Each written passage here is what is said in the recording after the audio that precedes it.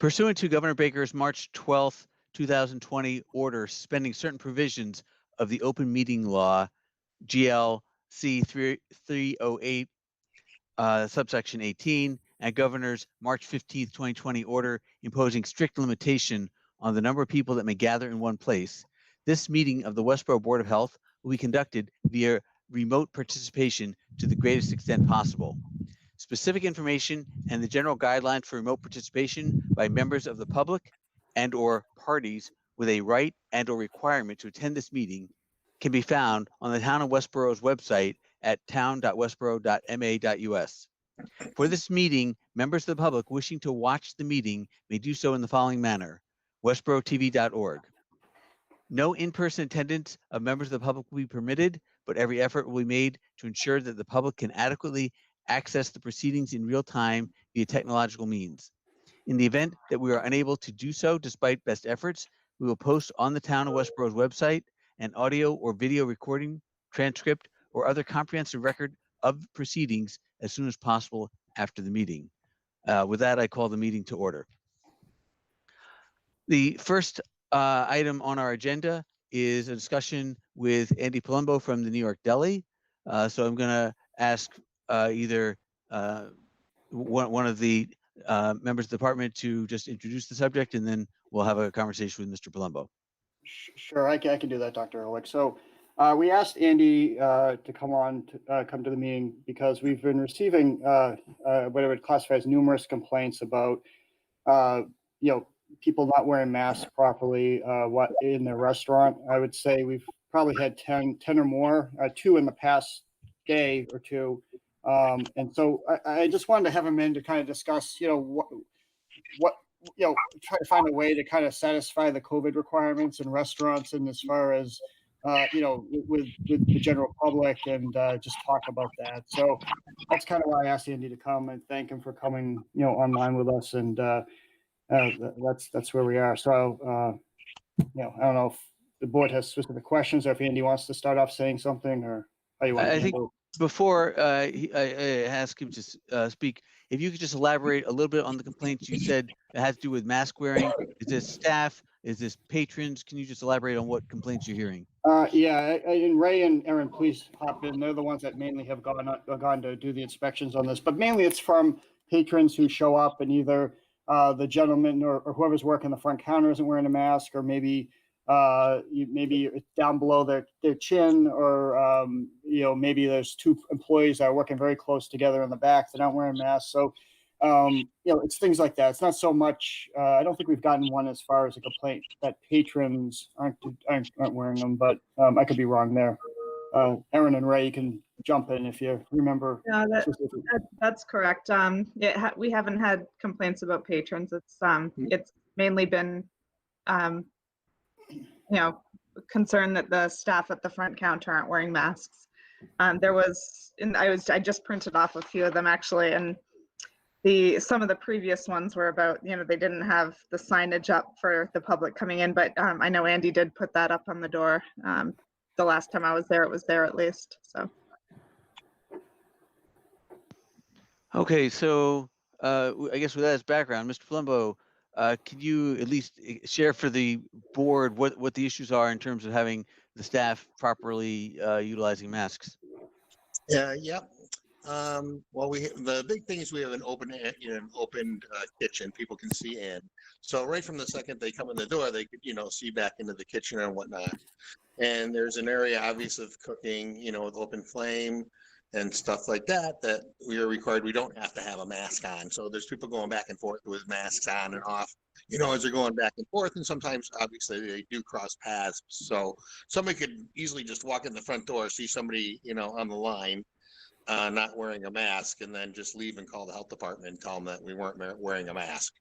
That's one thing. I also have an employee there that's a cancer survivor. He has papers from his doctors and whatnot that we've shown the health department and whatnot. He cannot wear a mask.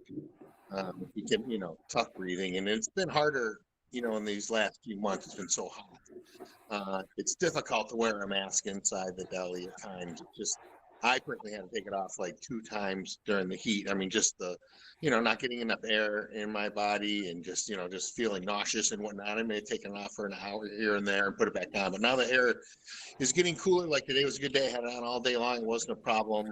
These summer months have been tough, with a mask in the kitchen. So, but like I said, again, we do wear them. I would say probably 95% of the time. There's times, like they said, when they're off, and then somebody can just walk in and see it, and then call the health department, basically. Yeah, we understand that part, and believe me, when we've gotten a lot of calls about masks, and we try to kind of, screen out the ones that are really legitimate and not, so we understand if someone's over a grill again, or if they're in the back by themselves. We understand you have an open kitchen. A lot of places do. If someone's working in the back by themselves and there's no one within 6 feet, that's fine. So we do try to screen that out, Andy, and we do have discussions with people. But I think some of them have been mainly the people at the front counter that have direct, service to people. That's been a bunch of them that we've gotten. So, and I understand you do have one person that can't, I guess can't. Yeah. But I don't know. So just to let you know, we do try to screen those out too. So. Well, it's mainly Mike. I mean, he's on the front counter the most, and we do try to stay apart from each other a lot and distance ourselves from the customer also. We do have the counter there. It's about 3 feet, and a couple feet here and there. We're darn close to probably about 5 feet, but I mean, we try to step back, stay back, and whatnot. We're doing everything that we can to do it. But I think as these cooler months come along, I think it's going to be easier to wear a mask in there. So we're getting some feedback. I'm not sure if it's coming from Mr. Palumbo's phone or not, but okay. So I guess Andy, if you can just mute in between answering our questions, that'd be great. And I'm going to ask my board members if they have any questions that they'd like to ask at this time. Not so much a question. I do just want to make a comment though, and that's that this is a real disease that really is traveling around. It is spreading within the community. I hear what you're saying about trying to get people to wear masks and realize they need to take mask breaks. But it is real important that people do wear masks, especially when you do take a mask break. Make sure that whoever's taking that break is 6 feet away from people. Find it, especially if they can go outside and take a mask break, that's even better. We do realize that, it does get hot, especially in a kitchen, but boy, wearing masks is one of the most important ways to help contain this. And so here in Westborough, obviously the Board of Health is particularly concerned. We're looking to try to open up our schools. And in order to do that, we really have to, get the entire community on board with preventing this spread. So I kind of just wanted to make that statement. Okay. Dr. Hashmi, do you have any questions or comments you'd like to make? No, thank you so much. Hello? Yeah, we heard you say no. I appreciate you responding there.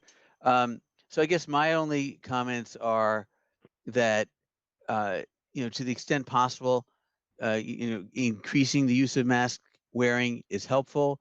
I realize, having somebody with a health issue is certainly a reason not to wear a mask, but by the same token, that person, by virtue of their health issues, are at increased risk of having more serious illness should they contract COVID-19. So perhaps it might be better, if possible, that they not spend as much time as the person most interacting with the public. Again, I think it's important for us to hear what the problems are. And again, I don't know if Ray or Aaron want to make any comments, because obviously you have other facilities that we get called about, and you hear different things, and whether you think there are issues here that need to be or there are things that Mr. Palumbo could be doing differently that would that either of you would suggest.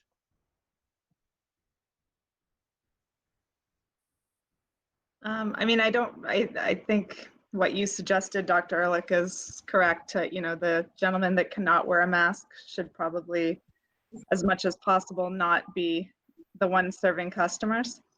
um, I totally understand the restaurants get hot. I'm in and out of them all day, so I get it. It's not fun wearing the mask. You just, it's the best way to prevent the spread of the disease. So, yeah, I don't have any other suggestions. I don't know. I understand the pain of it. Yeah, I just have one comment. There are a lot of out of the last, I think we got 4 complaints in the last week. Probably a couple more last week. I know we had 2 in the last 2 days.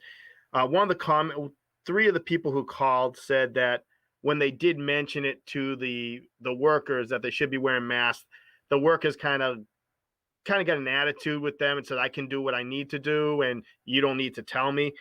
I understand. Just when somebody says something, just tell your staff to say, okay, yep, no problem. And just kind of breeze it over, because a lot of people are complaining about the attitudes. And Okay. I can't say it was, I can't say it wasn't, because I wasn't there. But if we can just, people take it a lot easier if someone says, oh, geez, I forgot my mask, or, oh, yeah, I have it out back, or I was just on the grill. Just tell them, hey, look, people are gonna, people call me saying, well, I'm never going back. And I don't want to see Andy's business fail. He's been in town a long time, and I know a lot of people who love going there, and I don't want to see it fail. So the staff has to realize that it is a regulation. It is a governor's order. So we're just doing our job, and people are concerned when they go in. So just kind of understand that people are nervous. There's a lot of people who are scared. So your staff has to know that even if they don't think it's a big deal, other people do. And it's only going to reflect on your business, Andy. And I just don't want to see it reflect poorly, Yeah. Mm-hmm. So that's all I really have to say on that. I mean, the order is what it is, and we're going to follow it the best we can. Okay. All right. One other comment, if I can, and that's Go ahead, please. one of the complaints specifically were people wearing the mask around their chin, and that presumably would not have been the person that has a medical reason why they can't wear a mask. There wouldn't be a purpose to have it even on their face if they had a medical reason why they shouldn't have it on. So presumably this applies to other people. And I would say in that case, if they really are taking a mask break, it's probably best to, be someplace where it's clear that you're taking a break and not working. And hopefully that those mask breaks can be fairly short, just enough to kind of, recover, cool off just a little bit, and then get back to work. But if you're actively serving customers and you've got it right around your chin, it more looks like you just don't care about the regulations than if you were using it the whole time and then stop working to take a break. Okay. Any other comments or questions? Okay, so I thank you for attending our meeting and answering our questions, and we'll monitor the situation and see how things go. All right. I appreciate it. Dr. Ehrlich? Yes, Dr. Hashmi, go ahead. So, are we done with this discussion? I was about to be done with it unless you had a comment or question. No, after you're done. After you're done. Okay, thank you, Mr. Palumbo. Thank you, Andy. Bye. Thank you. Okay, go ahead, Syed. So I know we're short on time, and I don't know if I don't want to cut into Steve's director's issues, but I just wanted to bring something to the board's, put it on the board's radar screen, if you don't mind. Okay. It is, Oh, we have 5 minutes before we talk to Mr. Arnold. Okay. So just wanted to, it's August. Soon it'll be September, and the question is, how long are we going to, allow people to do outside dining as the weather cools? Is that something we want to discuss at some future board meeting? I just raised that. I think if you're asking about, are you asking with respect to Triple E, or are you asking? I'm asking with in respect to AEEE winter? and winter, Triple E and winter, and I'm just saying, should we not now, at a future board meeting, should this be an agenda item that we discuss as a board? Ray can answer that. If I can step in, when the governor's order allowed outdoor seating, it was until the weather got too cold for people to sit outside. So it's kind of a personal choice until we get that Triple E warning or something like that saying that we shouldn't allow people outside. The governor's order didn't give an end date. It just said they were allowing it until the weather got too cold for people to sit outside. And they Okay. even said places could put heaters outside if they wanted to continue doing it, even as the weather got colder. Okay, I was just worried about our, I know we've had, as Aaron pointed out, I think 6 restaurants closed. Guess I'm worried. Anyways, I'm sorry. I don't want to take up time on this. Sorry. Yeah. Okay. Sorry Well, about that, Alan. As far as the triple E, we're still, fingers crossed, we're still in one of the lower settings in the state, and hopefully will remain that way. Knock on wood, Steve. Knock on Yes. wood. All right. I know we have. Hi, John. I Hi. know we have John Arnold scheduled for 5:50. It's 5:46. I'm going to just go ahead and proceed there. The conversation will go well beyond Yeah, yeah. 5:50, and I don't think it's going to make much difference Yeah. in that regard. So, Not a problem. so please, John, why don't you tell us what the status is for Sure. Yep, just- for thinking about the upcoming town Yeah. meeting? I just wanted to, there's really 3 key items, not that we have to go into any length, because I know you've got a full agenda and certainly the school reopening takes precedence. But first of all, I'd never had a formal chance to thank all of you, the staff and the Board of Health, for all your help with the June 2020 meeting. As we remarked, I think it went pretty well. I wanted to take a few minutes at this meeting to sort of go over. I know 2 of you were in the audience in different parts than I was. I know, Alan, you couldn't be there, but I wanted to get a little bit of feedback, mostly about how it could fold into feedback for the upcoming special town meetings. And then there's 2 items that I wanted to just bring up. It sounds like the selectmen are preparing a very short 2-article special town meeting that's likely to be called toward the end of September. And because we're going to be juggling, first of all, it's 2 articles. I don't know how much attention it will get. And because we're going to be juggling trying to keep the schools clean, I wanted to broach the subject of getting your feedback about, or at least have you, as Syed just mentioned, monitor the mosquito situation, because one of the thoughts that I discussed with the selectmen last night is that if we're going to have a 2-article meeting, and if it could somehow be placed on a weekend day during the middle of the day and not at dawn or dusk when mosquitoes are around, we might want to consider trying to do an outside town meeting. And then the third topic is really just ramping up. It looks like the October special town meeting is likely going to be pushed into early November. And so that means I think we're going to try to do a most likely an indoor town meeting. That's where the feedback of what worked, what didn't work, and just having the, getting a cadence going of getting feedback about what can be the same, what should change as we address having another, perhaps multi-room town meeting.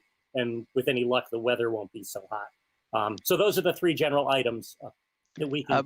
So before we tackle the first one, just as point of clarification, I was at the Oh, you were? meeting. Okay. Yes, I was sitting towards the back. Oh, okay. I was thinking only 2 of you there. Well, that's great. Well, so I have 3 people's feedback. And I know Steve was there, probably in the back room or something. So anyway, I made a habit in the past of always going to the Selectmen Finance Committee, getting their feedback. But this year, since you were very, very much involved and people sitting in different places, I wanted to get your feedback, not only as Board of Health, but just about things that we could improve or things that we should change or do differently in the future. So thank you. By the way, I can verify that Dr. Ehrlich was there because we spoke. Okay. Thank you, Syed. Okay, It was a no long problem. It doesn't seem like a long time ago, but my brain is mush since then. So. No problem. I'd like to start with Nathan, because I think you were the most involved in the preparation, and so you sort of saw it from before and then during. And maybe you could start with your reflections on how things went. Yeah, so I thought the logistics and the setup and the planning were actually quite wonderful. So thank you, John, for the work you put in. I think that we contributed as well, but really having you oversee it all kind of made it all come together. I'd say the biggest logistical issues were in terms of people going to get seats, and then people that at the very end when they were leaving, there was a little bit more congregation than I would have preferred when people were leaving. And I think when people were going to find the seats, they were not really just taking the next available seat. They weren't coming in as orderly as they could be. And I think part of that was that we weren't insistent enough that we follow a really more rigid schedule as to, how people come in and go out. If we wanted it to be more rigid, it probably would be better. But I don't think that it was, a bad situation. But it, just might be able to be better. I thought the biggest problem was that it was hot.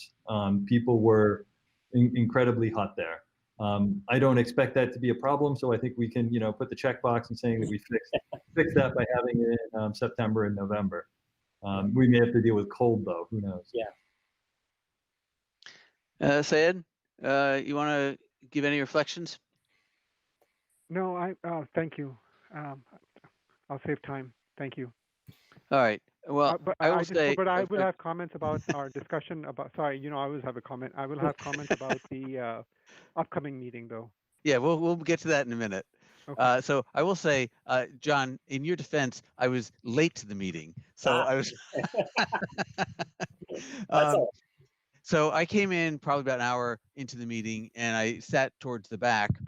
Yes, I can confirm that it was very hot. But my overall impression was people were widely spaced. I didn't see the entry to the meeting that Nathan described because I was late. But towards the end, as people left, there was some chit chatting, but even then, people seemed to be masked and at a reasonable distance. So I wasn't too concerned about that. And my sense was sitting there, looking around. As a person who thinks about what's safe, what isn't safe, I was struck by this seems fine. I didn't have any sense that there was a materially increased risk because of the way things were laid out. I think things were appropriate.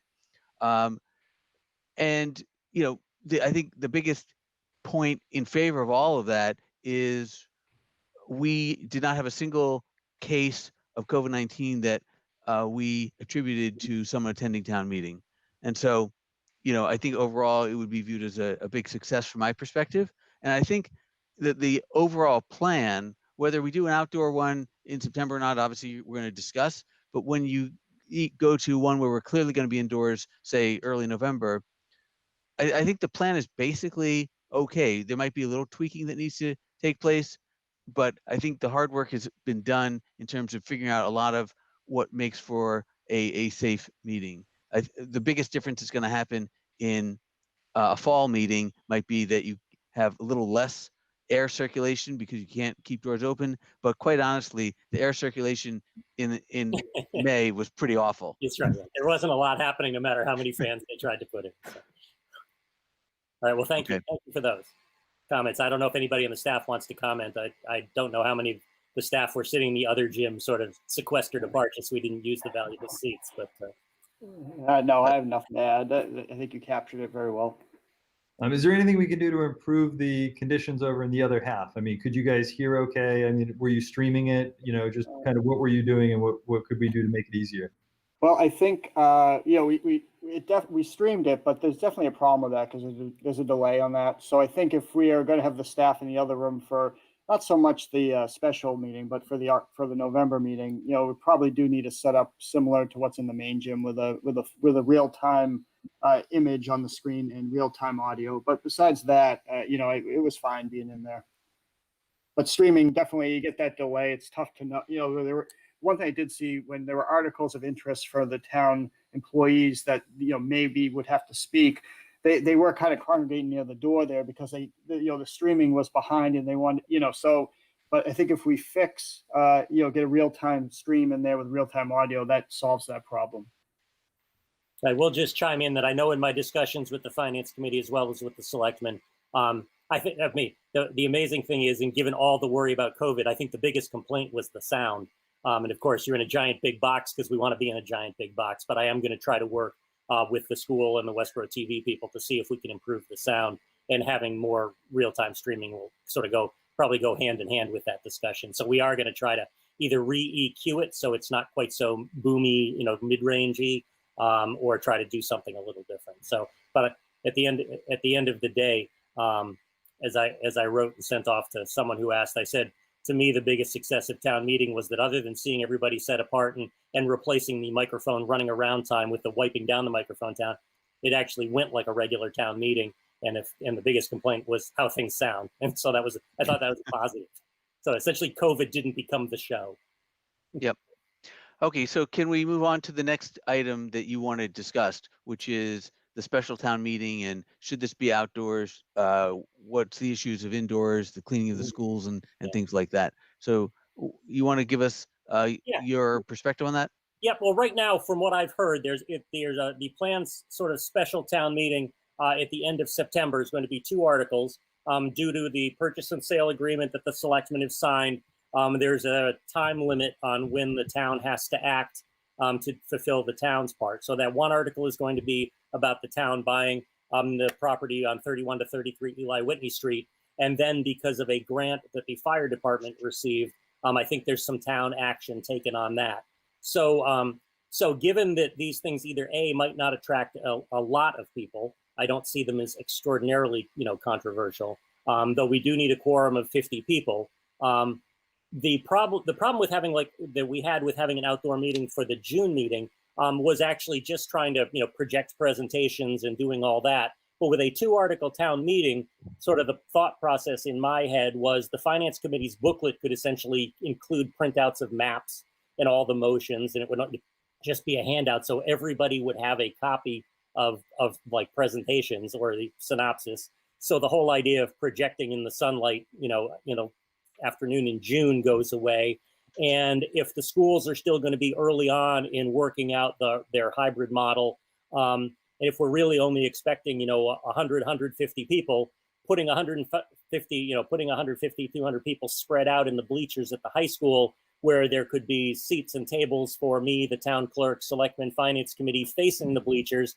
And if we could use the high school sound system in place of a football game that day and just spread people out on the bleachers, there is handicapped access now. I was thinking that this may be an opportune time to have Westborough dip its toes in the outdoor town meeting water, as long as the mosquitoes don't kill us. John, have you actually mapped out with social distancing to see that 150 people would fit in those bleachers? I have not, but I can certainly plan to do that. But the bleachers are quite wide. And the new bleachers are certainly much wider, and we could use the whole width, I think, without having to worry about projecting. It's only people hearing. But I can certainly do that, or I can do it with Nathan if we wanted to meet sometime down there. So I But I believe just can't imagine 150 people wouldn't fit in all those rows and all that width. I believe the school committee or the school board had done a graduation, and they were supposed to have mapped out all of the bleachers and figured out how many could fit in this 6-foot section. I'm not sure we actually received a report that had an actual plan as to like who would be sitting where and in what row. So we might need to do a slightly better job than they did for graduation. If they're speaking to you later tonight, or we can reach out to them and see if they actually have it and just never sent it along. Yeah. But I'm willing to do it too. Again, I was just thinking that, if at the end of September, setting up the 2 or 3 room system and getting Westborough TV, it is quite a production. And if the meeting literally might last a half an hour, I was just thinking that it might be the time for us to try an outdoor town meeting. So if you were to do indoors with the anticipated attendance, would you need to have a 2-room setup, or would 1 room be sufficient? Because I think we need to have 50 people as a quorum, and I'd have to, unfortunately, I forgot to dig out my notes. I believe the attendance in the main gym was like somewhere 90 to 100 that we had, Nathan. That's about right, I think. And I think the auditorium was holding like 70 or so. I think we'd still have to anticipate the need for 2 rooms. But we also and it could be that if keeping the auditorium or the gyms, if one is more difficult than the other, we probably could have it in both gymnasiums if we wanted to keep the auditorium. The main reason for having the auditorium in June was because for people with potential disabilities or where heat stroke could get to some elderly people. But I think we'd probably want to have 2 rooms, but it could be that we could do like we did in June and just have we could try having the gym be the overflow room and just try to fit people in the auditorium first and just see how it goes. But raising this now so we know what questions to ask the schools. It could be we could ask the schools, is there a room that's harder to keep clean or that's more problematic for, having to set up and tear down.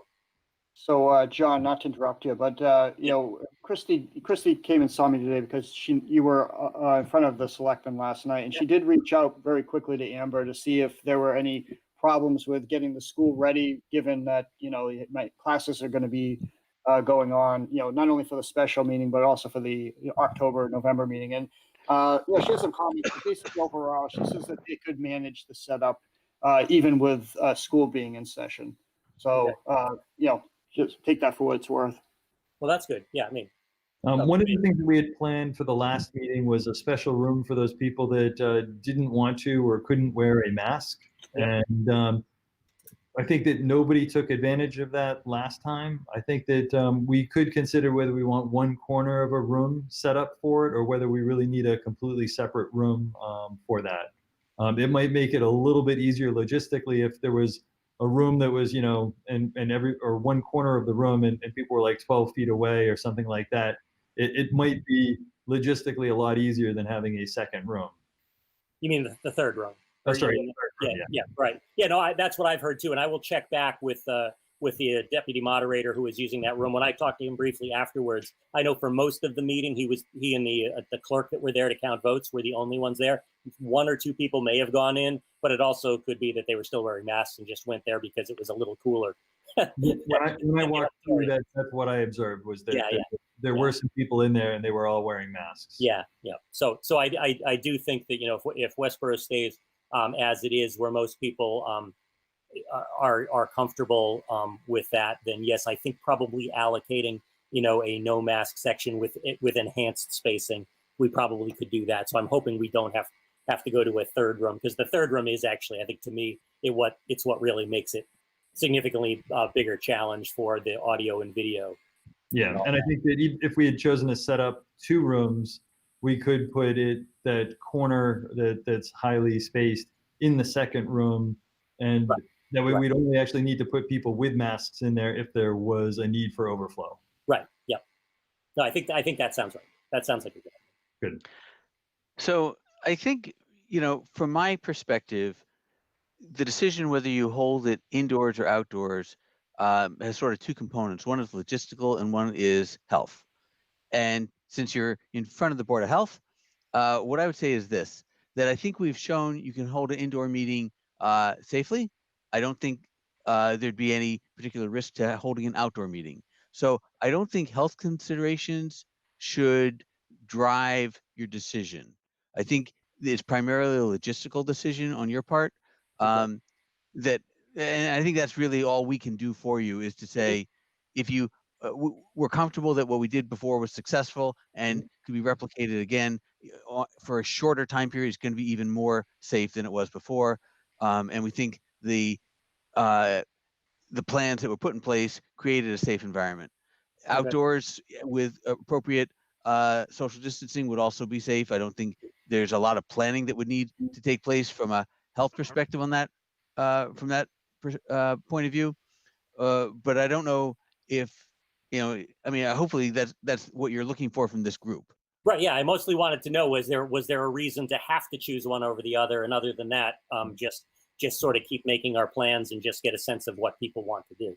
And again, I'll make it clear that the setting of the date, time, and place is the selectman's job. I just run the meeting once it's there, and I've just been trying, because I was the one that was most worried about the setup of the meeting, so it could be run smoothly. And I'll have Syed, I'll send an email summarizing to Christy, and also I'm sure Syed will bring the message back to the selectmen's meeting. And I've heard from other things, the meeting can actually be posted just for the high school, and we can even make a last minute decision. But I think we just would need to know whether to set up the rooms. But yes, what I mostly wanted to know was there any feedback that would make us think we had to choose one over the other? So again, I've spoken my piece on that. I'll ask Dr. Walsh and Dr. Hashmi each to weigh in if they agree or disagree with what I laid out. I agree. Yeah, Dr. I agree with you. The only concern, and I brought this up, is either Steve or Ray. is there, we adopted those state guidelines, I think for Triple E at one of our meetings about like safe cutoffs. Are those when activities would end? Yeah, those Sorry. had only go into effect if we reach a critical or high level Triple E activity. So they're not. So they're not like. So to be clear, Steve, those numbers that you shared with us, right? Those things are not those do not need to be followed if there's no threat of Triple E. Am I getting that correct? So there's monitoring going on for mosquito traps and also human cases, and depending upon whether we get mosquitoes with Triple E in the traps or human case, it would raise our level, and then based upon that, we would take the action. So right now there's no need for that. Not to say that might not change, but right now we're in the clear. And the last question is, does that, because mosquitoes tend to bite in the twilight, does that factor? And John, please correct me if I'm wrong. Your plan is to either hold the meeting inside if we're going to do it on a Tuesday, on a weekday, and on a weekend or outside, or is it on the weekday evening you will do it either in or out? I'm sorry, I wasn't clear on that. Could you clarify that, please? Well, again, it's going to be up to the selectmen and whatever the warrant has. I was just thinking that the way to minimize the impact of potential, having to deal with turning the lights on and people being able to see the reports is that if it's going to be an evening meeting, and if the schools are amenable to it, we would just do it inside. Okay, so if it's going to be outside, I was thinking we would just do it on a weekend somewhere, between like 10 and 2, just when usually mosquitoes are at a low point. Okay, that makes sense. Sorry, thank you. That makes sense. Sorry about that. Thank you very much. I appreciate it. Mm-hmm. Okay. John, do you have any other questions for the board? Not for that. I guess the other, and I think we've probably folded everything forward. And again, it looks like we're going to have what will likely be a multi-evening town meeting, unless the selectmen decide to do it on a Saturday and see if we can pull it all off in one day, as we did in June, for what is typically the October, what I call the regularly scheduled October special town meeting. But because of all the, because the town has a lot to get ready, because we deferred so many articles in June, and because of the ongoing need to have the town clerk staff working on the election, it's looking like what is normally the October special town meeting is going to be held in early November. So essentially in the few days between between the presidential election and I think around November 9th, because the town has to take, my understanding from the selectmen's meeting is the town has to take some of these actions so the selectmen later on in November can fix the tax rate. But I think that because it's going to be a longer town meeting, would be back to a multi-room inside town meeting. And what I've heard from all the feedback is we might be able to do it with 2 rooms, either both gyms or a gym and the auditorium as we did. And then as that date gets closer, we'll get a sense of how we would proceed, what rooms we would use, and I'll certainly check back in to see if the town's numbers are still such that we believe we could carve out a section of more distantly spaced for people who can't or won't wear a mask, so we can get by with only having to set up 2 rooms rather than 3. But all those decisions, I'm sure, will depend on the data as we move into October.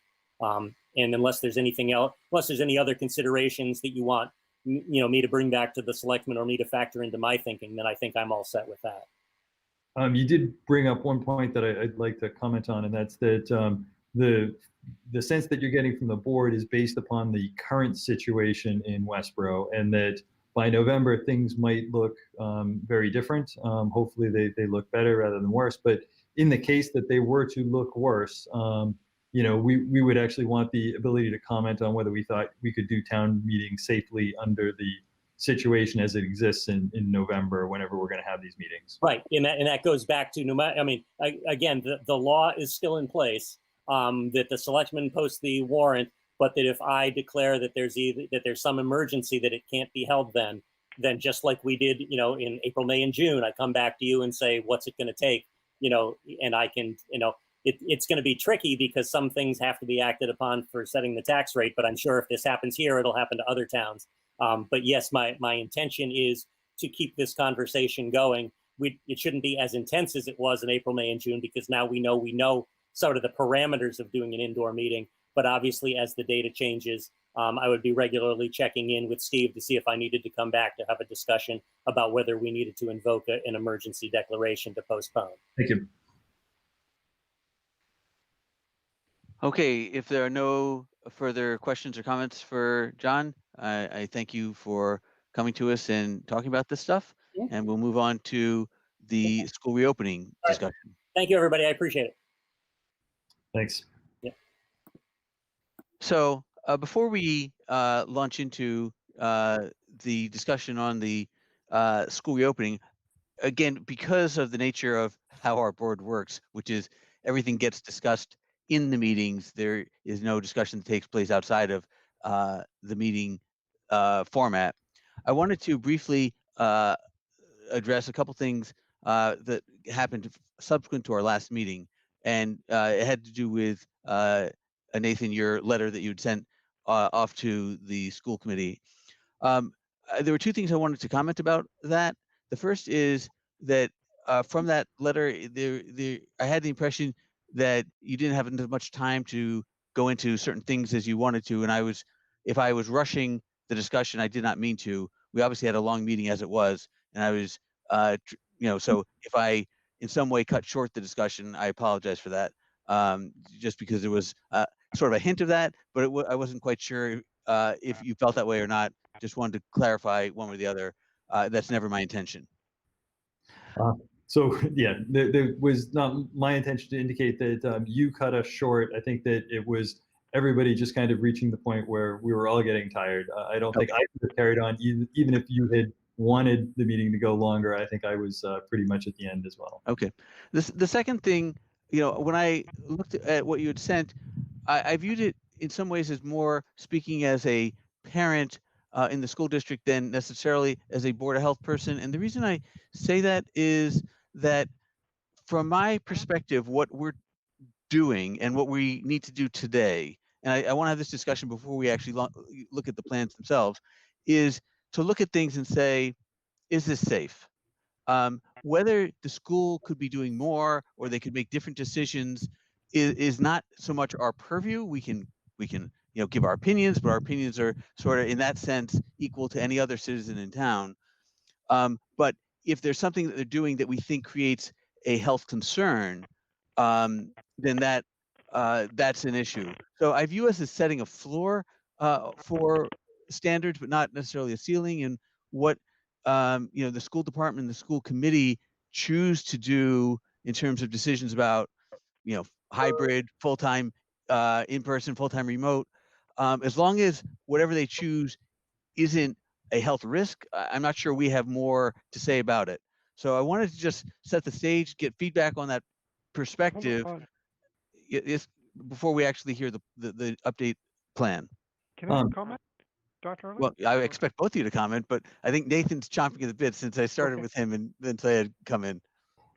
So I do think that it's important that we recognize that if something is unsafe, that's obviously something we need to comment on and bring up and have changed. I do think, though, that it is within the realm of the Board of Health that if we come up with an idea or see some way that might allow the schools to do something else that they aren't currently doing but still do it safely, I think that is also important for us to bring up, especially when it comes to, let's say, either different plans. If people on, let's say, the school committee or the teachers thought that one plan was unsafe and that another plan was safer, I think that it is the Board of Health's duty to actually say there are ways that certain things could happen and be done safely.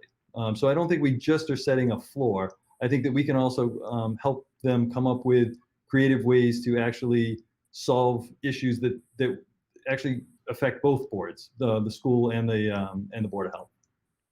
Syed?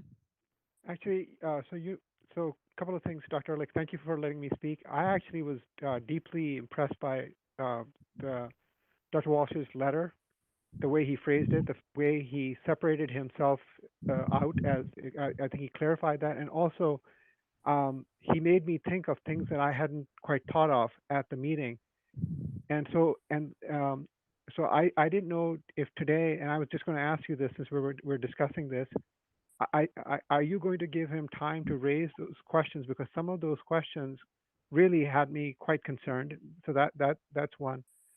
The second, I have to disagree with you on this. I do think that what that that we do have a special, as a Board of Health, we do have a special responsibility to ensure that school reopening is safe. It's because we're not just looking at the children in the school or the staff in the school. We're looking at the whole town. And as Dr. Walsh has said, that if there are concerns and ideas or suggestions that we have that can make things safer, then I think it is our obligation as members of the Board of Health, with a special purview to protecting the health of the residents of our town, to share that insight with the school boards committee, and they can choose to take that or not. But like I said, I was actually very impressed by his letter, and I was just also wanted some of his questions and concerns answered, if we could. So first of all, I always, I think you've been on the board long enough. We do allow a full discussion of all issues that are relevant. Right. Um, Yes, absolutely. Me getting bit by mosquitoes notwithstanding. Okay, so we're not worried about that. But anyhow, I thought it was important for us to start this portion with each of us to give a little reflection. I think that perhaps sets the stage for the school department to understand where the board is coming from. I don't think we need to have a lengthy discussion about this to hammer anything out. I think it's helpful for each person to give their perspective, as we've just done. And now I wish to ask Amber to, again, update us on what has changed from when you were here 2 weeks ago regarding the plan for reopening the schools, or whatever more specific details might have emerged as well. Perfect. Thank you. I want to be clear too that I certainly welcome the feedback and am comfortable taking feedback. I try to be open to that. I think that we're 4 days from opening school with faculty returning. And I think, as Dr. Hashmi said, any feedback around safety is always taken very seriously, and it's why we're here. I respectfully would disagree around how much input around which plan I recommend as superintendent, and what my board votes is the purview of that board. And my recommendation to my board that guides me and is responsible for school operations was clear that the recommendation of a hybrid model was one that they endorsed and supported and negotiated successfully with teachers as a way to open. And I think that I would hold the line on that and say that opening even within a hybrid model, while I respectfully acknowledge Dr. Walsh's purview that we would have been all open, I certainly recognize as well that the numbers inclined in Westborough would have targeted us in that direction. In my original report said so, but the implications of opening with all in were much more complex than I think anybody, unless you're looking at the detail at which we were recognized, and again, not financial, but complicated around all sorts of the parameters that DESE put at play. And I think if you look at the outcomes at the district level across Massachusetts, you'll find that we're successfully moving towards opening a hybrid model, and there are people that can't even achieve that. And very, very few districts are opening or even attempting to open at a full in return. So I believe that professionally in our area of expertise, we've selected a model that we believe we can deliver safely to students and faculty, with safety being the core focus of our goal, as well as strong, consistent instruction that we can implement for the year. So I certainly take the feedback. I apologize if you felt that in deferring, entering into that conversation, I was deflecting, Dr. Walsh. I simply want to acknowledge that my board had already voted and that I had made a proposal after numerous and extensive work with my professional colleagues, and I would stand by that recommendation. And we certainly know we have a bell curve of our parents who feel differently and a strong bell curve of our faculty that still feel differently. Getting them onto the same page has been a gigantic task, and we have one of the few settled MOUs in the state right now. And I stand by that, and I'm proud of it, and I'm proud of our faculty, and I look forward to opening school. I think what we want to do to be productive this evening, and I certainly welcome more time to talk about it, and I'm very open to that. And I certainly took the feedback earnestly and want to be here feeling prepared for you. I think tonight we have about a half hour, and I feel like what would be productive would be to do a couple pieces. I thought we would work from the updated documents that we sent you last week on the 18th. I tried to make sure, given that there were concerns that we weren't clear, that we targeted your focus in a really directed way. I know you're all like highly educated people, and I'm telling you to skim to page 23 and click on the link. But I did send you what you need in order to be here prepared as well, so that you can ask us those specific and targeted questions that we welcome. So the document that you access, called Safety Protocols, is an extensive 23-page document embedded within this set of opening plans, and it has an extensive set of details. I think it would be helpful for us to skim through those tonight, and I directed you that the areas of things highlighted in blue had been added since our meeting and were voted by the school committee, and that there's even additional new updates as the state puts out more protocols that are now in yellow. So we do have a pretty tight protocol by which those updates are being tracked and fed into the documents and fed into our training protocols. I think it would be helpful to hear if there's any areas where you'd like us to focus. If you have like things you want to call out that are on your mind, you can do those up front, or you can select that I'll step you in about a 10-minute presentation through kind of the updates to the document, and you can target questions as we go. It's really your purview, and I would defer to you, Dr. Ehrlich, if you'd rather have them surface areas they want us to focus on first, having looked at the documents, or whether or not you want me to just step you through it. My preference is for the latter, but Nathan, go ahead, please. So the way I look at this is that the Department of Elementary and Secondary Education had wanted the schools to come up with 3 different plans, one for in-person, one for hybrid, and one for remote. The one that's most at risk from a health perspective is obviously the in-person. And so I would be particularly interested in hearing details about what you are thinking of doing for going in person.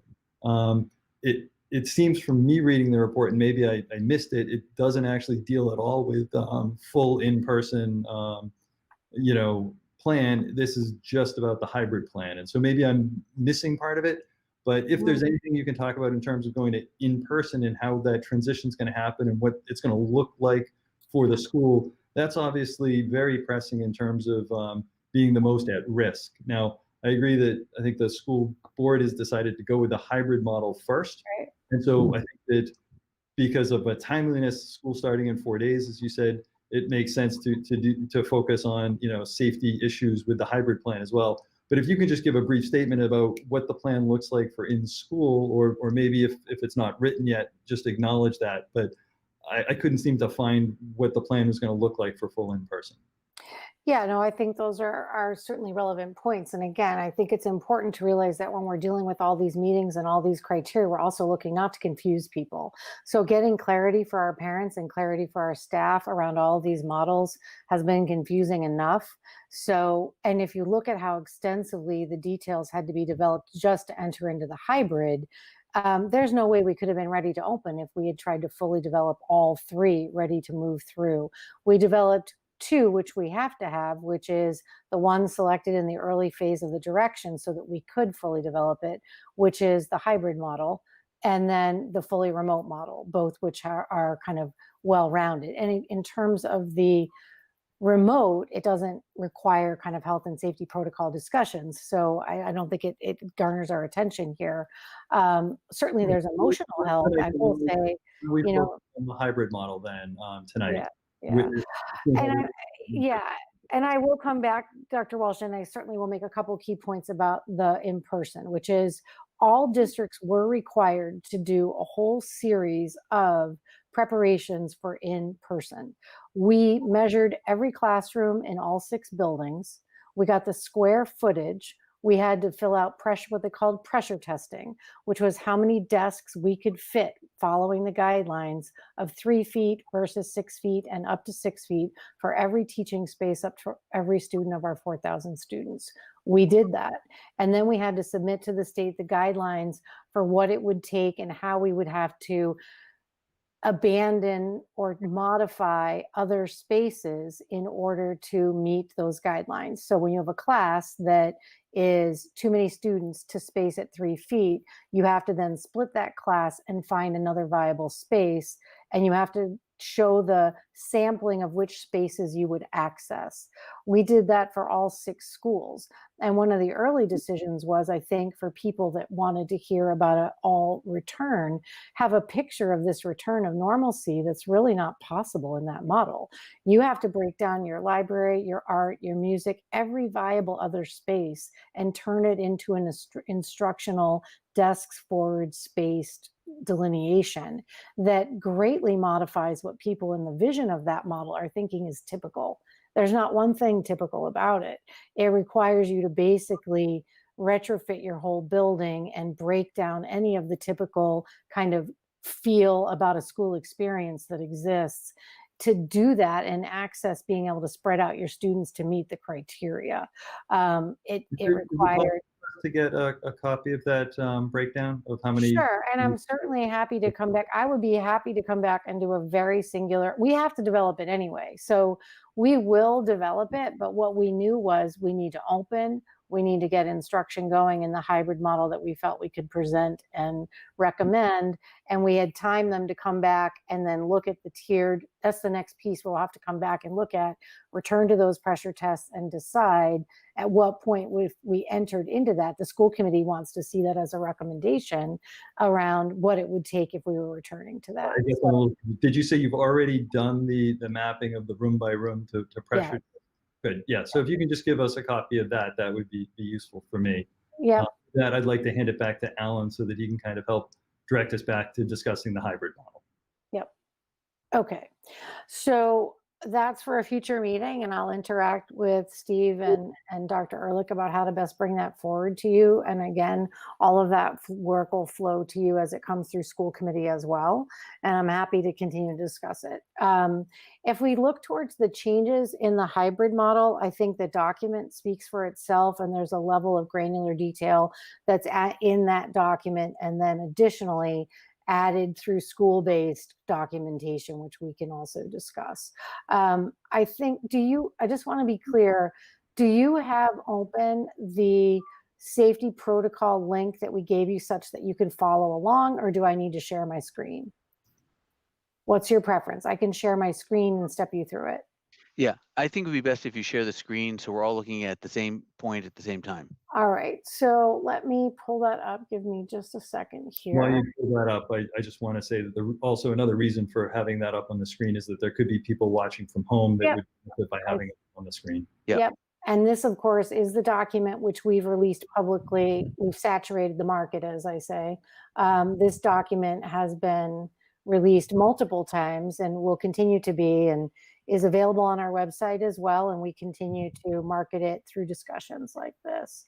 So I'm going to share a window.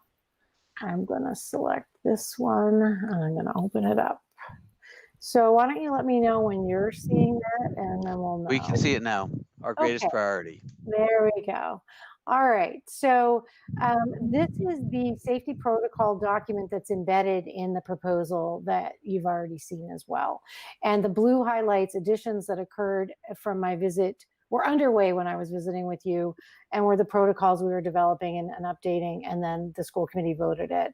So I'm going to skim through that. This document, as you see, and I'm sure I have confidence that you've looked at it, has a tabbed table of contents. You can click on this and it'll jump you to the different sections. So later, if you want to go back to it, you can help yourself to do that. This is background on the process. These are the DESE guidelines linked there for you, the original documents, some guidelines to parents on communication of the disease.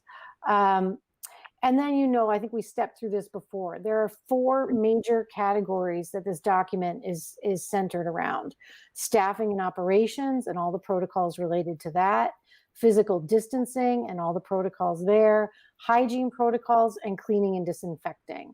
So I'm going to step you through, and Suzanne will hop in and out with me. And what we're just going to do is highlight to you the major areas of emphasis in each of those and any updates that have occurred. And then we'll take questions after this section. And if you feel like you have something urgent, feel free to jump in.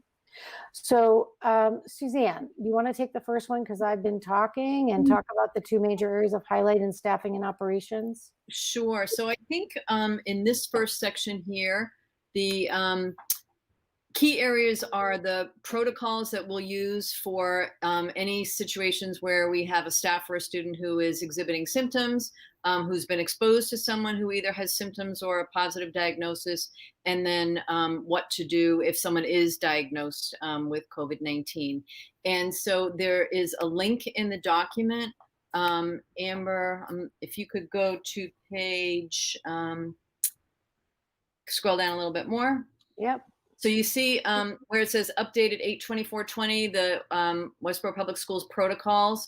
If you want to click on that, it could just show people that there are 3 different tabs for. You want this one, Suzanne? Yep, please. Thank you. I printed it out. It's pretty big and it goes on forever, but Yeah, I mean, so we try to be as explicit as possible for the various scenarios of what would we do. Like you look in the first block there, it's if a staff or student member displays symptoms at home, what are the steps we take? What happens if they develop symptoms while they're at school?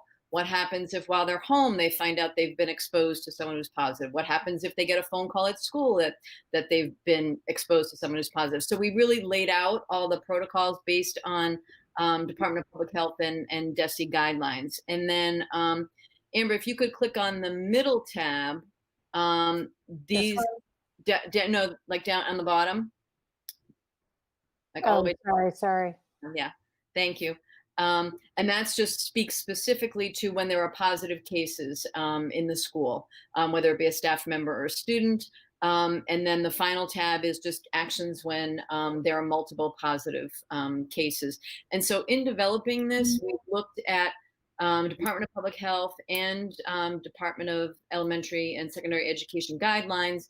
And then our nurse leader, Judy Noonan, is in frequent contact with Steve and Ray at the Board of Health, just double checking us to make sure that they're in agreement with the protocols that we've laid out. And so this becomes our reference tool for any situation that might arise. And every time we get a new notice from DPH or DESE, we update that to reflect it. And then right below that, the other important thing I think in this section is, and we touched upon this last time, but we're now fleshed it out, the data dashboard that we will create, that each school, the nurse there will track symptoms, exposure, and diagnosis on a school level. It will be fed into a spreadsheet on a daily basis. That will be automatically tabulated to be on a district basis and shared with the Board of Health. So Steve will have access to that sheet. And weekly, we can update the data dashboard so it's visible to the community, to families in the community. And what that will allow us to do is to track individual instances as well as trends that are developing within a classroom, within a school, within the district, and also informed by what is going on in the town and the state as well. So kind of keeping track of all those metrics and then consulting with the Board of Health, based on, I think the guidance would be different if we have 4 positive cases, if they're 4 in one classroom, or if they're 4 in one school, or if they're in 4 different schools. So we would be collaborating with you, I would imagine, regularly on best steps to take in those scenarios. So go ahead. I was just going to complement that with one other piece, which is some of these protocols follow some of the ways that I think you as a board have guided Steve, and Steve has reacted and managed a dashboard that creates a sense of public trust, that there's a standard for collecting data and transparently summarizing it in such a way that people get that ongoing update they need. So we kind of followed that same protocol in the early design of thinking what we anticipate will be a relationship for the year and ongoing, and it's not just the Board of Health, it's actually a triad of boards. It's the school committee, the Board of Health, and Labor Board, which is the internal, standing kind of parent, or standing teacher board, and then the safety committee that developed all these documents, working cohesively with our larger leadership team and with faculty. So that group will kind of review that data, and we will be checking as needed to come forward and seek guidance. And I think we know that guidance, I think, as you said, Dr. Ehrlich, thoughtfully at the last meeting, we can't have a hard and fast set guideline. What we want is a responsiveness for when we close a class, a school, a wing, a district, that's guided by benchmark data that we feel is consistent and that you can look at and give us your professional opinions. And then school committee would be working with you to take action on those. To add, oh, sorry, Amber. Oh, good. Just for parents who are watching, not only will we do the data dashboard, but of course, if there is an instance of exposure or diagnosis at the school, families would also get a communication from the school about that. Either, your child was a close contact and should stay home and, will be contacted by the Board of Health, or, a child in your student's class perhaps was diagnosed, but your child has not been identified as a close contact. We're informing you just to be transparent. So we will be reaching out to parents as well. So to keep us moving by section, I think it's helpful to kind of see if let's take questions in clusters. Do you have any questions about the development of those protocols and your ability to access them and to be able to feel like they've got enough detail for follow through? So why don't we take kind of a check before I roll to the next section? The only thing that I have, you have highlighted here right now, the updated flu vaccine requirement. Mm-hmm. And I guess I'm not quite sure. The vaccine requirement was a little confusing in the first place because apparently students who are entirely remote are still required to get the flu vaccine. Yeah. And the logic for that was not articulated. What is the approach going to be regarding that? In other words, I imagine many students who are going to be starting school have already seen their doctors for their school physicals and to update their immunizations. I only ask because it's part of this, and I'm not. Yeah, go ahead. Yeah, no, I think that, again, we have local jurisdiction for that implementation. We're not planning on withholding students from enrolling or attending. They have through like December to seek slowly an appropriate time frame for getting that. And then if they want to seek an exemption, they've got time to work with us. We're taking a soft and appropriate entry on that guideline, and we'll work the way we always do in relationship with parents and the building-based nursing staff to make sure that kids have what they need. So I think, again, like a typical implementation that I think Judy touched base with Steve, and we feel like it captures kind of the implementation that feels logical. Okay, Nathan, you had a question? I was going to say something very similar to Amber. I think that that requirement goes into effect in January. We recommend, and I think the whole board would be in favor of recommending that all of the students get immunized for the flu as soon as possible. But I think that as a requirement, it only kicks in January. Yeah, it was kind of an overreach on their part. They're trying to cover so many bases at this point that I feel like they're doing I do feel like DESE is in a kind of a frantic phase right now where the protocol changes are coming out as quickly as they can throw things that will help districts make settlements. That's what's going on. We have a contract in place and we're moving forward and kind of we're leveling out into some thoughtful preparation now. And I think sideboarding a lot of the stuff coming out from DESE right now because we're already beyond it. So this kind of falls in that category, but we'll implement it thoughtfully following your guidelines. Okay. All right. Are there any other questions on this section? All right, let's continue. All right, so physical distancing. Again, we really have a strong set of protocols for physical distancing. We'll be training students. We're starting with training of faculty.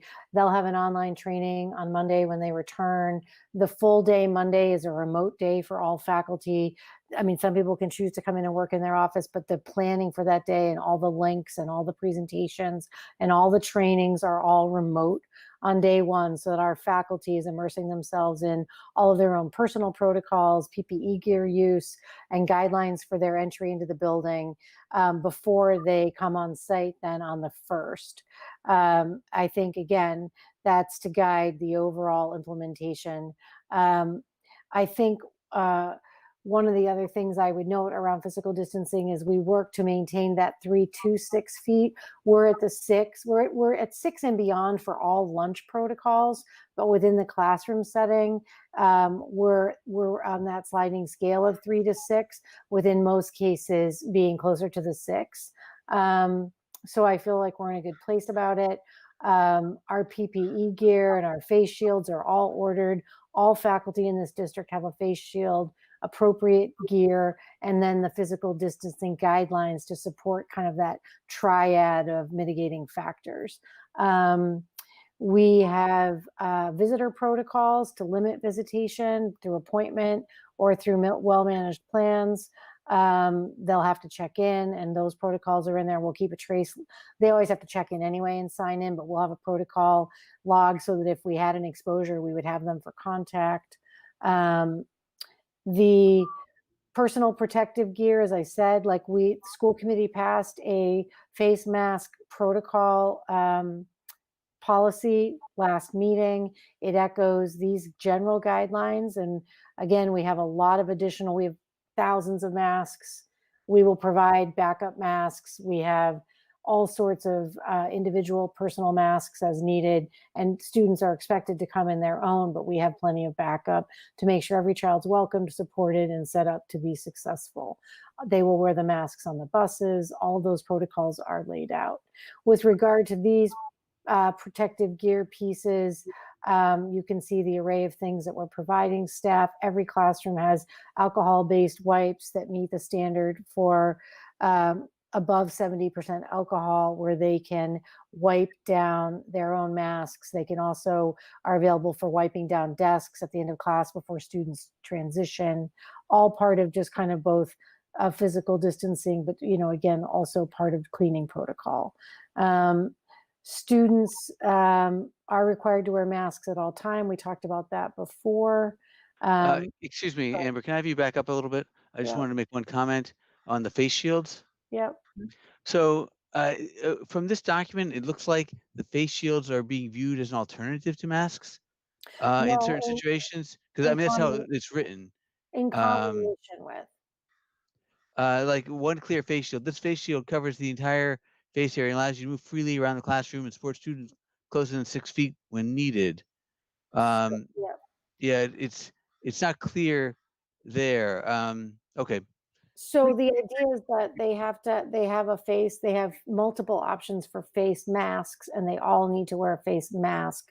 But if they want to move out of the 6-foot radius, which is how they're spaced in their room, there's a 6-foot buffer zone between teachers and entering into up close work with students. And so beyond just their face mask, which helps them protect others, the shield helps protect them from others. And so the shield is available for them to put on if they want to move around desks and get up more closely with students, and it's used in combination with their mask. It wasn't clear from how this was written, so. Okay, no, that's a good question. Okay. Those are the major highlights through the distancing. I just want to skim through the fact that there are setups on classrooms, common areas, shared spaces, office spaces and work area, classroom setups. We've done a lot of photos of distanced classrooms, and some videos are being developed so parents get a picture of all of that. That's kind of like that more granular level. Sometimes there will be up close instruction, there needs to be, and there's guidance and parameters for how to best implement that. When multiple teachers are in a classroom, they need to remain distanced from each other. Those guidelines have been ironed out. Some of these are, again, follow discussions we've had with faculty. We've removed unnecessary furniture. We've reorganized classroom spaces. So I've got a question about this in section B2, where you talk about assigned seating. You say where possible. Can you give us an example of where it might not be possible? Sure, it depends. I mean, I think, for example, you might call kids up for a small group instruction. It depends on where you are. Let's say a student has an assigned desk that they sit at, and you've got cardinal navy splits, or they're cleaned in between nights, and again, both protocols are available, but you know that during the class day, you might have a student come up and sit and talk with you. That's not an assigned seat. That's an instructional modification. So students might move over to a table area to come and get a piece of work edited, as again, like a teacher would wear a shield and be able to work with them for a short burst of instruction. Those aren't assigned seats. So there's times in most cases when it doesn't require assigned seats, say in the cafeteria, but you have to have the social distancing mapped out. So it varies, and those are some examples. Is that helpful? That is helpful, yes. Okay. Mask breaks are organized in planned spaces are set up to use outside and big, large open spaces throughout the buildings with staffed and supported mask breaks where students have to be over 6 feet apart. We've increased hand washing facilities. We purchased standalone hand washing facilities at the high school in Gibbons to space out more hand washing stations available. And we've provided as well, again, stationed sanitation hand dispensers throughout the buildings, again, at a balance of different hallway pods and areas, kind of working with the fire department so that they meet protocols to not obstruct the hallways. That's all done. All of that's part of like that more granular building-based kind of decision-making. Common areas setups, the protocols for that, how far you have to be apart, what has to be done, every third seat in auditoriums, like it's all been detailed and kind of laid out. We had the auditorium and work done last time we came, but you can see in blue, we came back and we finalized the lunch shifts and the lunch implementation. I can speak about that if you want some highlights there. I think there were questions about it. I think Dr. Walsh, you had a few. And like most of the meals are done as boxed meals. They can choose from several when they sign up for lunch at the beginning of the day, but it'll be a controlled set of boxed or bagged lunches. All of our lunch protocols across all 6 buildings, the high school looks a little different, and I'll speak to that. K to 8, students are spaced out well beyond 6 feet using I can send this to you afterwards and you can look at it. It's actually quite detailed, but I just didn't want to bog you down. Like Jack has pictures of Gibbons and how they've spaced everything out so you get a sampling of it. Like he removed all the cafeteria tables and just put sitting desks in his cafeteria, all spaced so he can meet those protocols.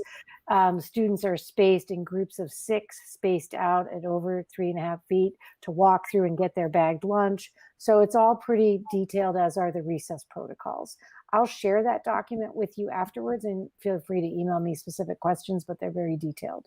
At the high school, we made an important modified change, which was we're actually going to add a mask break and a brunch snack at around 9:40 to 10:30 in 3 cohort groups that will be spaced out throughout the building so they can really find open spaces outside, big standing areas where we will be providing like a purchasable, either they bring a snack or a substantial kind of brunch or snack, or they can purchase them from stations provided where it's a bag pickup and you'd use that. You go to a place where you want to stand, have a mask break, interact with peers in a distanced circle, and have some time to relax, maskless, and then you'll return to your next period. That will serve as a protocol between the entry and the beginning of the day and that break, and then there will be a grab and go lunch offered at 2 o'clock for people as they leave building to take with them. So we serve a good number of free and reduced lunches, but what we will do is have grab and go breakfast as they come in the morning for those who need it. We'll have the hosted brunch break that's spaced out at different stations around the building where they can come and basically grab a snack brunch if they want it. And then we will not be hosting large lunch groups. It cuts down on 3 major transitions. It cuts down on a 30-minute lunch with larger groups of students without masks. And so the decision was that in providing spaced opportunities, both for outdoor seating and large areas, they'll be using the auditorium, the entryway, all sorts of spaces where students can find an area, and they'll be assigned an area by group. They can't just randomly wander around. And we'll do that in 3 cohort groups. So that's a pretty tight protocol that I think answers some questions that staff had. We waited till it could be designed with staff and admin there, and that Chartwell's could be clear that they could do that for us. So I feel like K to 12 lunches are in good shape. And the recess breaks are mapped out similarly with numbers of staff and all that information. So with the lunches, the question I have is, would people be able to eat in any of the rooms that they're currently in, like during class, or are all of the rooms less than 6 feet so that nobody can, I mean, this is especially, you know, if we're skipping lunch until 2 o'clock, you know, some of the kids, I know that I haven't really read up on the details of your brunch breaks, but I'm just trying to understand whether you're expecting students to be able to, you know, eat a snack during class, or whether that is just from the outset not allowed. Yeah, no, we won't be eating in class. I mean, we've always had a pretty flexible protocol for high school kids. Often backpack a snack, and during a class, you know, they have bottled waters. They have all sorts of ways they've cared for themselves. Some of that will be much more restricted initially, because teachers have to gain their own comfort and space. I mean, I imagine some of that might flex during the year. Certainly, we have certain kids who have to have snacks. They can go to the hall, have a break, whatever they need. I think initially the goal is no in-classroom eating, and that the hosted 15 to 20-minute break at that mid-morning point is a real nice stretch for mask-free time, and they will have had breakfast before they come, or grabbed one when they came in. Have that break, and then actually, I was talking about this with Brian because I was concerned about the same thing. Like, well, that's late morning, and then they're not eating again till 2. But he was saying that's actually a shorter stretch than they usually have to face in the morning, because there's some kids that don't eat until that last lunch block who've been there since 7. You know, they feel like that's a much longer break, and that actually from 10 to 2 is you know, for most kids shorter than their stretch up to lunch. And so these stations for the brunch breaks where people are eating, are you envisioning this as like a hallway in the school, or is this like in the cafeteria? Yeah, that's great. So we're large numbers of students that all are rushing in 15 minutes to go buy a box and then find a spot to eat it. Yeah, no, I think in general, I think that I mean, the high school is pretty protocol oriented, and they think about this at how long does it take to do that and get your bag and go where you're going to go. So the idea is that there will be multiple stations that Chartwells will host. So there, if you're releasing again, you have to remember you're looking at a hybrid cohort. You're looking at half the number of students. You're looking at only a certain percentage of them who buy that anyway, some bring, and you're providing multiple stations, and it's bagged. You just take it, you scan your card with the person, and you're off.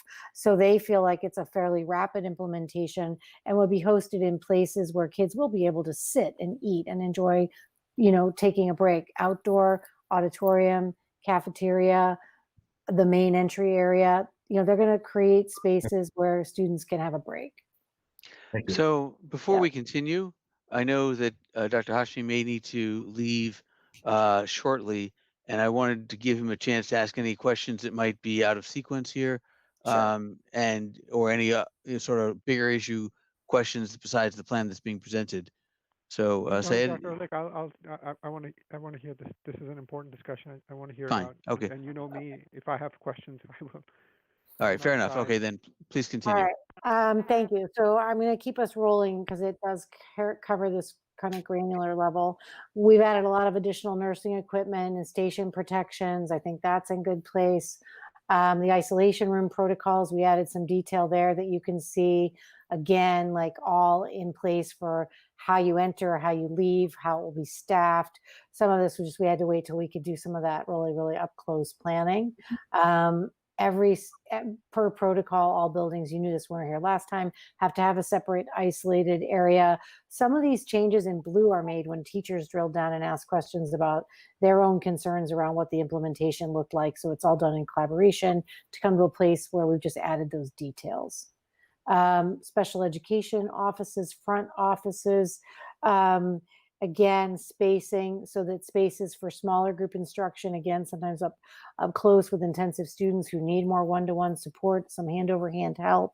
Those protocols have been laid out such that, you know, we've lightened the load in those spaces. We've rearranged those rooms, all of that, and that everybody gets enough mask breaks for staff.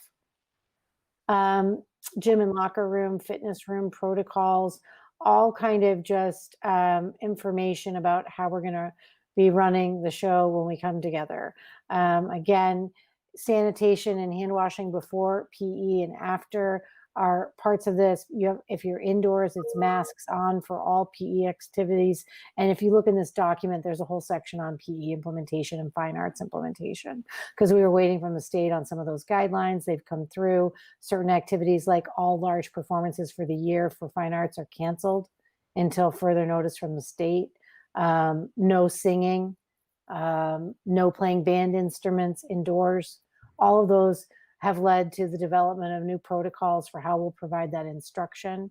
That's all noted in the document. You can skim it on your own. Library, we respaced that space and changed the dissemination. The moving of library books was already dictated both for public libraries, and I think you've been through those protocols, how they take books in, how they have to sit before being rotated. That's all a public library protocol that we're currently using, and we'll be mimicking that at the building-based level. As you said, when we got feedback on this before, sanitation of hands at playground and before touching equipment, any shared equipment, mostly it's their own hand sanitizing is key. But we do have a whole variety of protocols.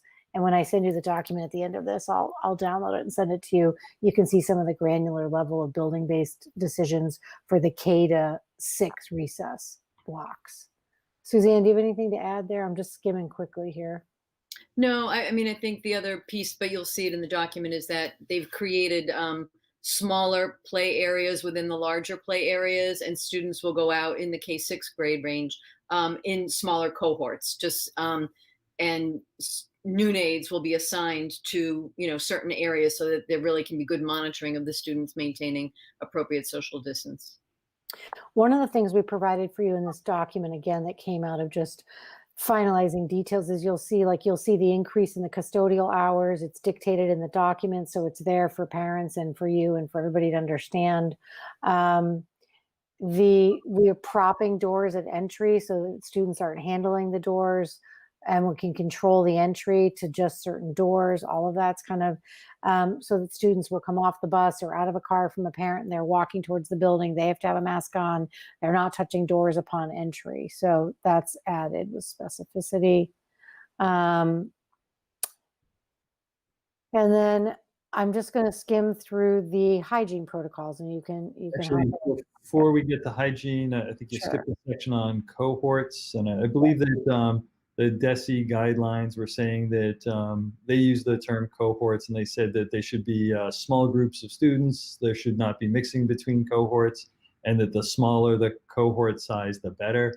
And I think you've mentioned cohorts here. You also mentioned it in terms of like recess and that sort of thing. So I'm just kind of getting a sense from you, what are the size of the cohorts that we're talking about here? And do you use cohorts kind of the same way each time, or does it mean different things in different places? I mean, again, I think the overall parameter around cohorts, and again, some of that's the kind of the design of some of that you've seen in that other document. I know, Dr. Walsh, in that framework, but the cohorts are basically a clear hybrid split of on and off days of the number of students who said they wanted to return in the hybrid. So when you look at our numbers, we had about 26% of, it varies by school though. So for example, the highest number of students who wanted to return was at the high school.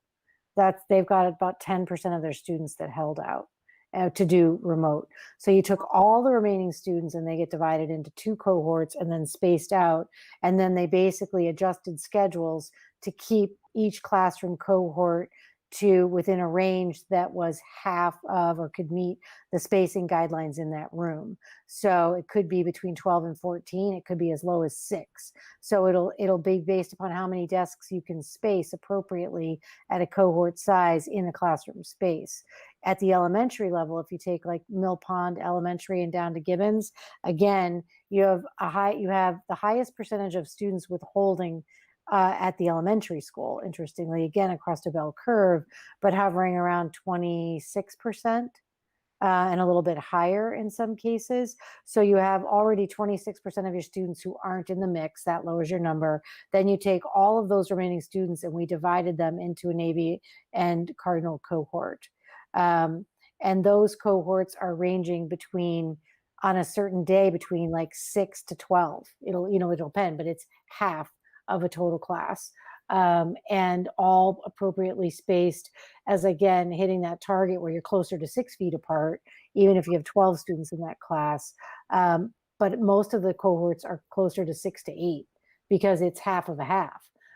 So, I think most of those cohorts stay together, they travel. Kids do have opportunities where they do mix. I mean, again, that's why you're wearing masks and you have other mitigating factors. They will mix if when they go out to recess, as an example. Those blue cohort kids do come together. But they also have to be in small groups and distanced. You have pre-K numbers where it can be as low as 4 kids in a class because they're smaller. You need to be up close with them. Those hybrid cohorts are small. So there's cohorting that takes place within a class, and I understand that. I think that what I was trying to get across in the letter that I had sent, and Steve, maybe we want to include that letter because we've been talking about it so much in the public notes, is that once you leave that one class and you go to a different class and form a new cohort, you actually are really part of this large, Navy Day group. And so the size of that group is actually quite large. And things that we could do to help limit the size of the mixing is going to be important in trying to keep if one person were to develop an infection, keeping the number of contacts that they came in contact with down is going to be helped as much as we can kind of keep these groups together. And whether it's on the playground or whether it's by having people move around between different classes, the more you can keep them together with the same group of kids, the better. Obviously, I think that kids need to see more than 4 kids. So I'm not sure that a 4-kid cohort for the entire year is what I'm proposing. I'm not saying that.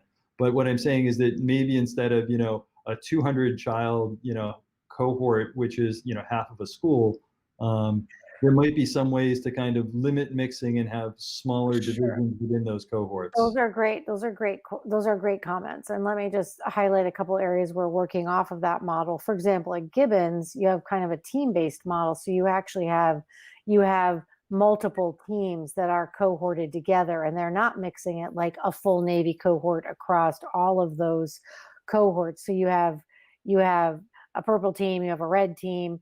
They're mixing together, which is closer to 70 kids. Yep. And not a smaller limit. Can't speak for the board, but that sort of size, I think, is what I would hope we should be trying to aim for, is maybe not just one classroom, but maybe a couple of classrooms and have it kind of keep the mixing within there. I don't know if we can do the same thing with the, pre-K to 4 or the high school, but the more that we can try to do that, I think is safer. Pre-K to 4, pre-K to 4, you also have 4th grade teams and they're in wings. And so those you have lunch, but you're not mixing them for specials because the specials are coming to those classes. You actually have we try to limit transitions. We've done a lot with limiting staff movement and staff move instead of kids, so they aren't mixing, and limiting their hallway mixing. But we also know that kids can feel repressed if they're stuck in a room and they feel like they're never moving. So they do need to move to go to lunch in that break, but they're not moving for many of their other specials. They do move for PE. Well, they'll get outside when they can or to the gym where they'll be spaced so they can get some body movement, which is just essential to their well-being. But I agree with you, and we've tried to limit those. The hardest section for that, and where we've worked really hard, is at the high school, because you have kids who want to take a diverse schedule. You have teachers that are carrying the course loads that they have to carry, and kids who want what they want space-wise in terms of their schedule. But we are able to limit some of that movement. They're lengthening the periods, and they're looking at some different unique scheduling designs that mean that kids are moving less. So trust me, there's a lot of motivation there to keep those cohorts, you know, and to keep movement as clean as possible while we give kids the experience that they expect to have in returning to school. So I think the cohorts at the elementary are pretty much in their classroom all day, and their lunch cohorts, there will be some mixing, but I think in some cases they've tried to set some small groups for that. So that's kind of where it stands right now. And I think we'll continue to do our best around implementation to look at ways to tweak that while we're trying to keep some sense of authentic school for kids. Yeah, and I think that this is something that you know, we can start with one plan. If it turns out that it's not working the way we want, or it's you know, doing super well, we can adjust it. I think as long as you're flexible on being willing to relook at things if, you know, things get worse or things get better, then I think that's what me as a board member here is asking. Yeah, no, I appreciate that. And that would certainly be our plan. I mean, I think all of us, we also added a phased implementation, which it's late and I know we have to keep moving. But we also changed the whole start.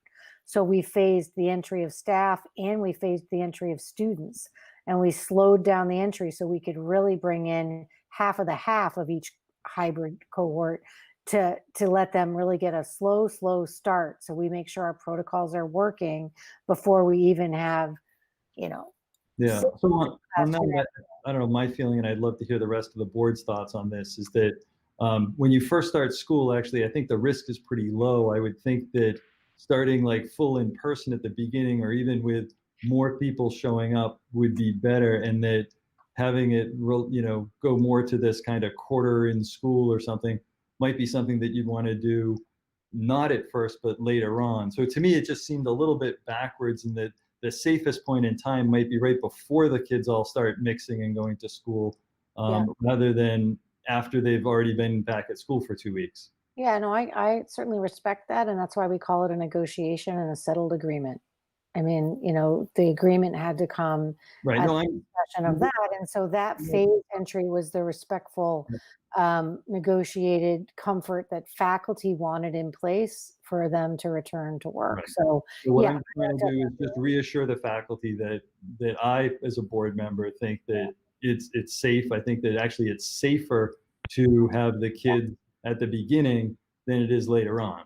no, I respect that, and I appreciate you making the statement, and I respect that as a piece of the goal of coming to the board, that you can execute a sense of confidence to the way we're doing this. Like, we have like a lot of built-in, slow, thoughtful, safe entry in order to build that confidence, and we have parents that are nervous to send their kids back. So we've really taken a slow start that we think builds a sense of trust, and those are all decisions that have emerged out of working collaboratively. So, and I think we'll be discussing cohorts as we go, and we can look at those mixes. Again, you also have layers of special education students who have to be programmed more. So they will cross cohorts at times. That's a limited number of students, but we're looking at all of that. But we're also bound by all of these pieces of important service delivery and educating our kids that we have to meet. Again, I think we're in a good place to open. And I think what we'll do is, after we do, schedule a chance to come back and keep you updated on how we're progressing. Can I skim forward here quickly? The hygiene protocols, clearly lots of hand washing, lots of sanitizing, some at targeted times. We have stations. We've done all the temperature checks on the water in the rooms and in the bathrooms. And we are very well resourced on our hygiene information, and also on what we have available, increased custodial staff and supplies. I do want to emphasize too, if you want to really, I know you guys have to read so much, I'm sorry, but in number 9 here, you have the DESE notes. There's been continuing discussion around ventilation, and lots of changes of perspectives and different things. The HVAC report there and Westborough's action summary are available to you to show you that the decisions we made around working with the consultants we brought in to decide on the balance of humidity, circulation of fresh air, and a use of interventions in certain spaces to kind of feel that we had an overall piece of that HVAC system as our mitigating part of like air circulation along with the mask wearing and the lower numbers. And I feel like it provides that information to you. You know, I think we're in good shape with each of the buildings having been assessed, and the ASHRA and the DESE standards are pretty rigorous. If you looked at that, it tells you the range of filters we're using and our protocols for swapping them out. We also have a check sheet target to put in each room that'll say like your filter has been vacuumed, your filter's new, and so that people can see that there's vigilance around this, and the safety committee will keep an eye on that. The cleaning and disinfecting is fairly self-evident. You see that I mentioned there's the custodial hours that have changed. Routines for touch points, we're very good at that. That's all in place. Nightly use of the electrostatic machine using a green product that's benchmarked is in place. And you see for transportation, a whole set of similar protocols: windows open, masks on, cleaning between each run, spaced and distanced seating. They put out some training videos, all part of making sure that those protocols have been looked at the state level, and all bus companies have to implement them. And our company, NRT, is off to a very, very good start to do so. We're currently finalizing bus routes, working with what families told us, and I think we're in good shape. I'm going to skim down to fine arts, which I mentioned. I highlighted there. No wind instruments, no singing. Modified curriculum. We'll still have a vibrant fine arts program, modified. You'll see the physical education guidelines, sanitation entering and exiting with hands, masks worn inside, masks off outside if properly distanced, and then a wiping of gear and a lot of individual station work where students are not exchanging a lot of shared equipment. Schedules. We did a lot to limit schedule transitions of faculty so that they're not moving a lot between buildings. That's required. We've had to hire, and again, you know, and Dr. Walsh, you mentioned this before, the majority of funding that we will be able to use in all the grants we're accessing, we have a strong hold on all those grants and what's available to us and how to leverage that money.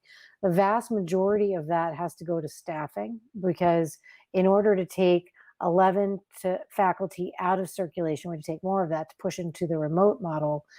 You have to restaff all those high school people in particular to carry their schedule load. And then we had to add several elementary people to make sure that we can run both the hybrid and the remote model. And those are all unscheduled in the budget. So over $630,000 worth of staffing positions currently, along with other additional financial impacts, are all being pushed onto those grants as quickly as possible.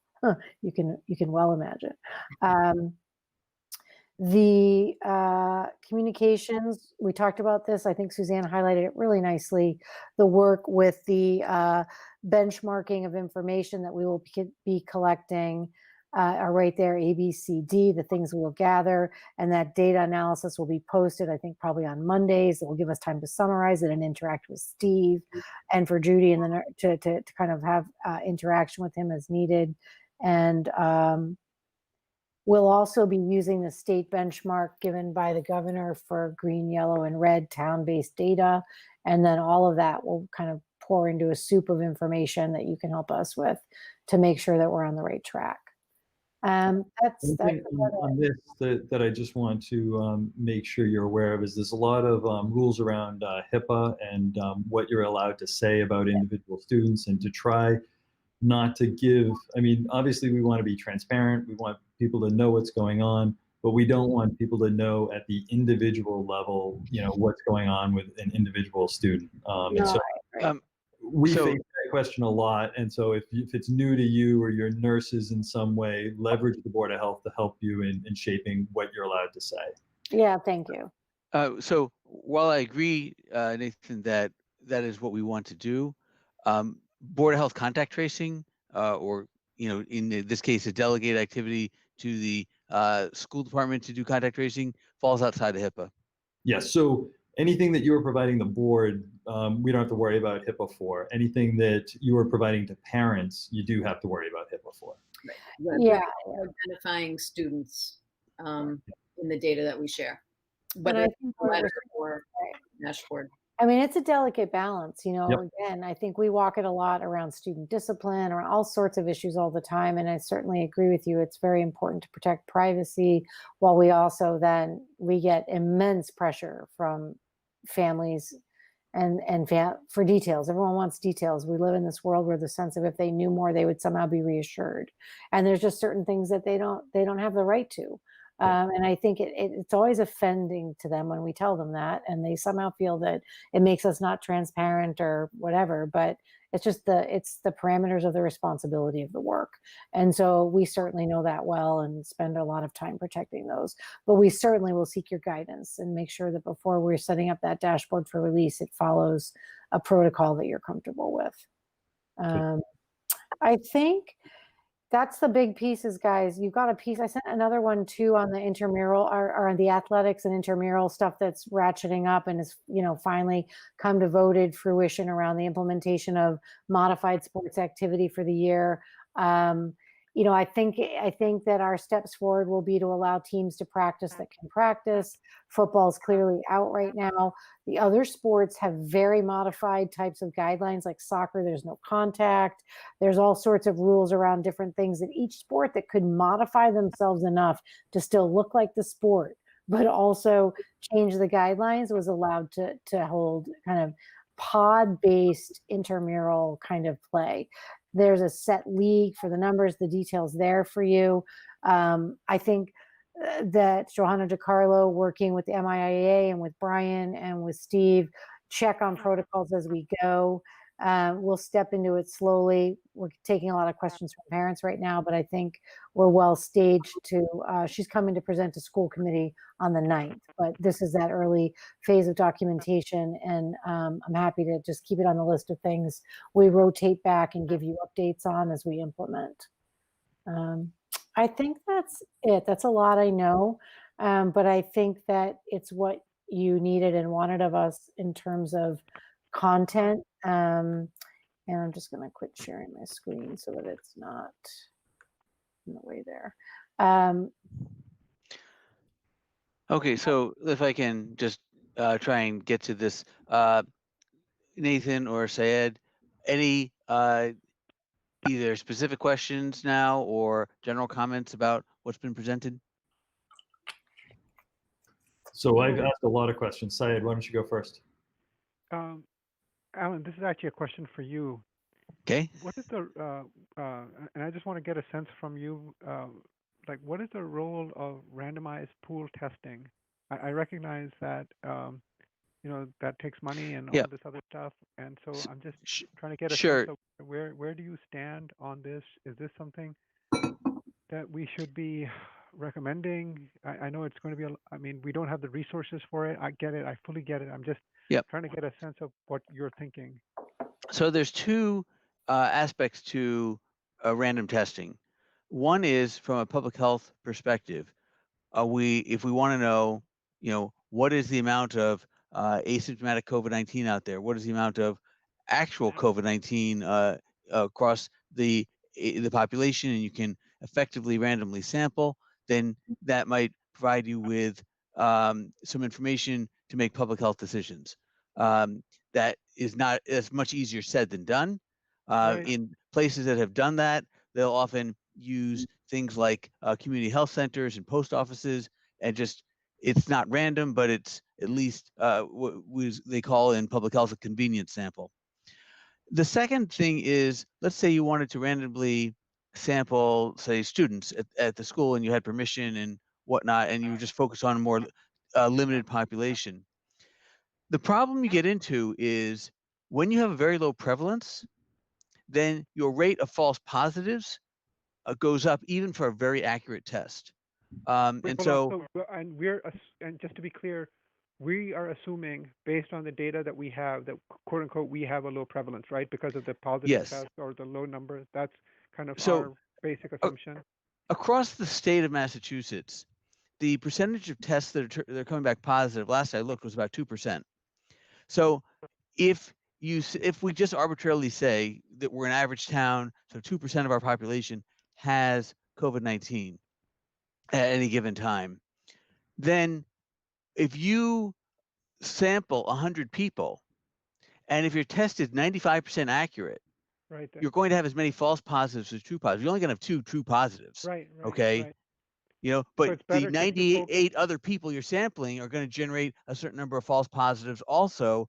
And so any given positive test becomes somewhat unreliable in those situations. When you start testing people who are symptomatic, then the percentage of your prevalence goes way up and your tests become much more useful.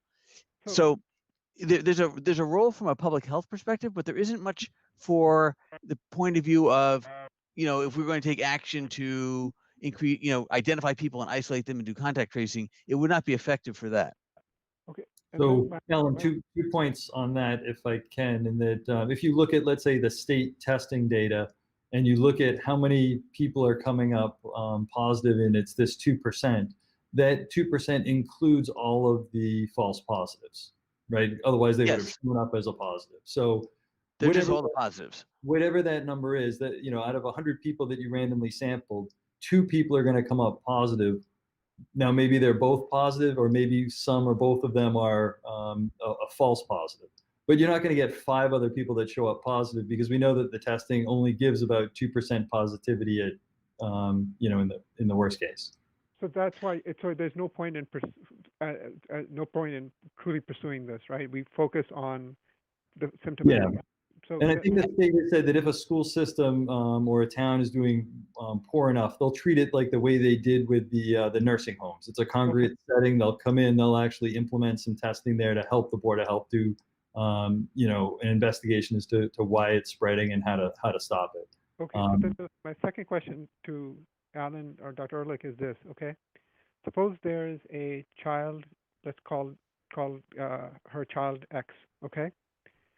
And children, at least from the data that I have seen, or at least let's call it the conventional wisdom, tend to be of a certain age, tend to be less symptomatic, right? Yes. They're less symptomatic. They pretend, but they still transmit at the same rate, right? It's not clear if they transmit at the same rate, but they certainly can transmit. There's no question about that. They certainly can transmit, right? They can certainly can transmit to adults. So child X, it goes to our schools, and is doing fine. It's doing fine, but then potentially passes on, her quote unquote infection to child Y, then takes it home, who has at her home, let's just say for argument's sake, an immunocompromised parent. Okay.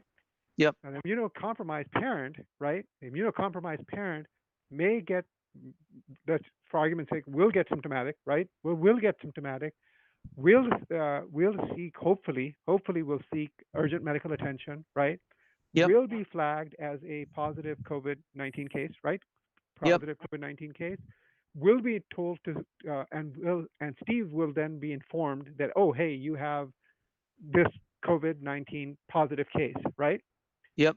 The thing is, how does Steve know, right, the chain of transmission going from X to Y to the immunocompromised patient? Okay, How does he or our town then inform the school, hey, wait a minute, the child Y was in school, right? What do we tell the cohort that's in the school with child X and Y? How do we handle that? So there are a couple of things. You're assuming the person who becomes symptomatic is the immunocompromised person, and then we handle them like anybody else, which is, okay, who's in your household? Who are your immediate contacts? Child Y is one of them. Okay, so child Y would be tested. Even though child Y was asymptomatic, we would then identify child Y as someone with asymptomatic disease. Okay, because child Y now has asymptomatic disease. Right, we're but going to how say, do we connect child Y to child X, who was the original? Well, we don't. It doesn't even matter if there is a child X or Y just gets it from somewhere else. The point is, Y is now going to be subject to contact tracing because they have a documented infection. Okay, and so child Y will be asked, who did you come in contact with over the appropriate period of time? Hopefully we'll capture child X, right? That's kind Yes. of our hope. Okay. Yeah. And that's why the schools are tracking things like where people sit, who's in what cohort, how close they've been. They're going to have all of those logs when we Okay, say so that's how we capture 48 hours. Child X, right? And prevent further spread, right? Yeah. Because I'm interested in Child X. Okay, so I just want to come back to the immunocompromised parent. If someone is truly immunocompromised, that might be a valid reason for them to want their child to opt for remote learning only. Okay, Right. so, and that's an appropriate decision in a household like that. Most of the conversation we've been having tonight is to deal with people who are at average risk. And anyone who is at high risk needs to either talk to the school department, consult with their clinicians about what is the most appropriate way for their children to be educated, whether it's a child who's immunocompromised, whether it's the adult, someone in the home, a grandparent, whatever it is. So Okay. we are really talking about average risk in all the plans that have been put forward here tonight. Yeah, and I would just echo that, Dr. Hashmi. I think that our families have made very, very thoughtful decisions around what's best for their family, and have, we have a large, 25% of our students overall are remaining in remote this year, with a whole core of faculty providing 100% remote instruction to them in different combinations of, program design. Because their families made selective choices. So I think that's one of the core pieces, and we hope that they've taken the responsibilities to be reflective about that. And then on the faculty side, we had a whole strand of questions identification and working through HR privately for faculty to seek modifications to their work design if they needed to be protected because of health reasons. Okay. Hey, Alan, I may need to leave around 7:30. Okay. Okay. Do you have, well, it's 7:26. So if you have any other questions, I mean, I think No, your last that's one was it. very good and it provided a lot of information for people who are listening on the call. No, that's it. Great. Nathan, did you have other comments? I know you have been asking questions as we've gone along. I've got two short ones, hopefully. One is, has the school appointed a COVID-19 response leader? Is that you, Amber, or is that somebody else? Is that a delineation through DESE? What is that? You're using a term. I want to make sure. Yeah, so DESE had basically said that there should be one contact person that's responsible for dealing with the Board of Health, and I think they had labeled it as a COVID-19 response leader. Wow, that sounds like really important. I want Suzanne is thinking right now she wants to go like this. She's like, do not You say guys do not have to solve it right now, but when you do designate one, we would appreciate knowing who that is. it probably would be, and again, we will decide between Suzanne and I what she's comfortable with, but the safety committee, she chairs the safety committee, and she deals directly with Judy a lot and with that whole safety committee. But it would be designated as me at the center of responsibility for that, depending on what it means. Or again, that committee will process most everything. So probably Suzanne or I. Okay. And the other question I had is a little bit more general in the sense that I remember when my kids were, in the K through 4th grade, they bring in like a lot of share supplied for the classrooms. Everyone would bring in like, an extra box of pencils that would then kind of get divvied up among the class. Have you thought about whether that's going to be part of the policy still, or is that not, explicitly ruled out? I just was kind of getting a sense as to, when people are bringing in stuff from home and then sharing it among people, that's obviously a risk point. Yeah, no, the art supplies this year, individual bag, like even like our summer programming, they did individual bags of all your supplies and each kid had their own set. All of the kids will be working with their own kind of core set of supplies that'll be set up in ways that will make them feel excited about it. So yeah, we will gather those shared materials from parents who contribute them, but then they would be set up into individual kits. Okay. Thanks. That's all I had. There was a lot in this, and I think I wanted to thank you for the detail that you guys have added to this plan. I know that when we first saw it, it was a draft plan. The plans that are getting put together, you guys should be proud of. Thank you. We're getting there. Okay, I don't have any questions beyond what's already been asked. Either Amber or Suzanne, do you have any questions for either the staff or the members of the Board of Health? No, I think we just thank you for the ongoing work. We like being pushed. We've certainly been pushed for 6 months, and we're really getting comfortable with it. I think that we'll anticipate an ongoing relationship upon request. We really deal with Steve a lot like probably more than he wants to deal with us for input. And we know that we will be returning to you for a discussion at some point around the full return model information in such a way that you can understand were the district voted by school committee to return to that structure, how it would be implemented with confidence. And so I would imagine we will get school open, we will get started, and then I'll make a plan to return to be able to discuss that with you and provide the information that you'd like. I'd like to put it together in a well-organized setup. We have what we had to send to the state, but I want to make sure it makes sense to you, and I want to present it to school committee first. So I'm happy to do that. And then you guys can always send questions to us as you hear questions from people and access us either individually or through Steve, and we'll make sure we get back to you. And as you're drafting plans and thinking about them, even if they're rough ideas and not approved by the school committee, and you just want the Board of Health's take on it, whether we think something is safe, it could be useful in negotiations or making people feel comfortable about a plan. If you could say, oh, the Board of Health has weighed in on this plan and they think that this is actually, still also considered safe. Yeah. That's probably a valuable role for us as you're figuring out plans to be able to bring them or, propose them to the Board of Health, have us look at them. And we might even say something like, we don't have quite enough detail to be sure, but what we've seen so far seems like a reasonable plan.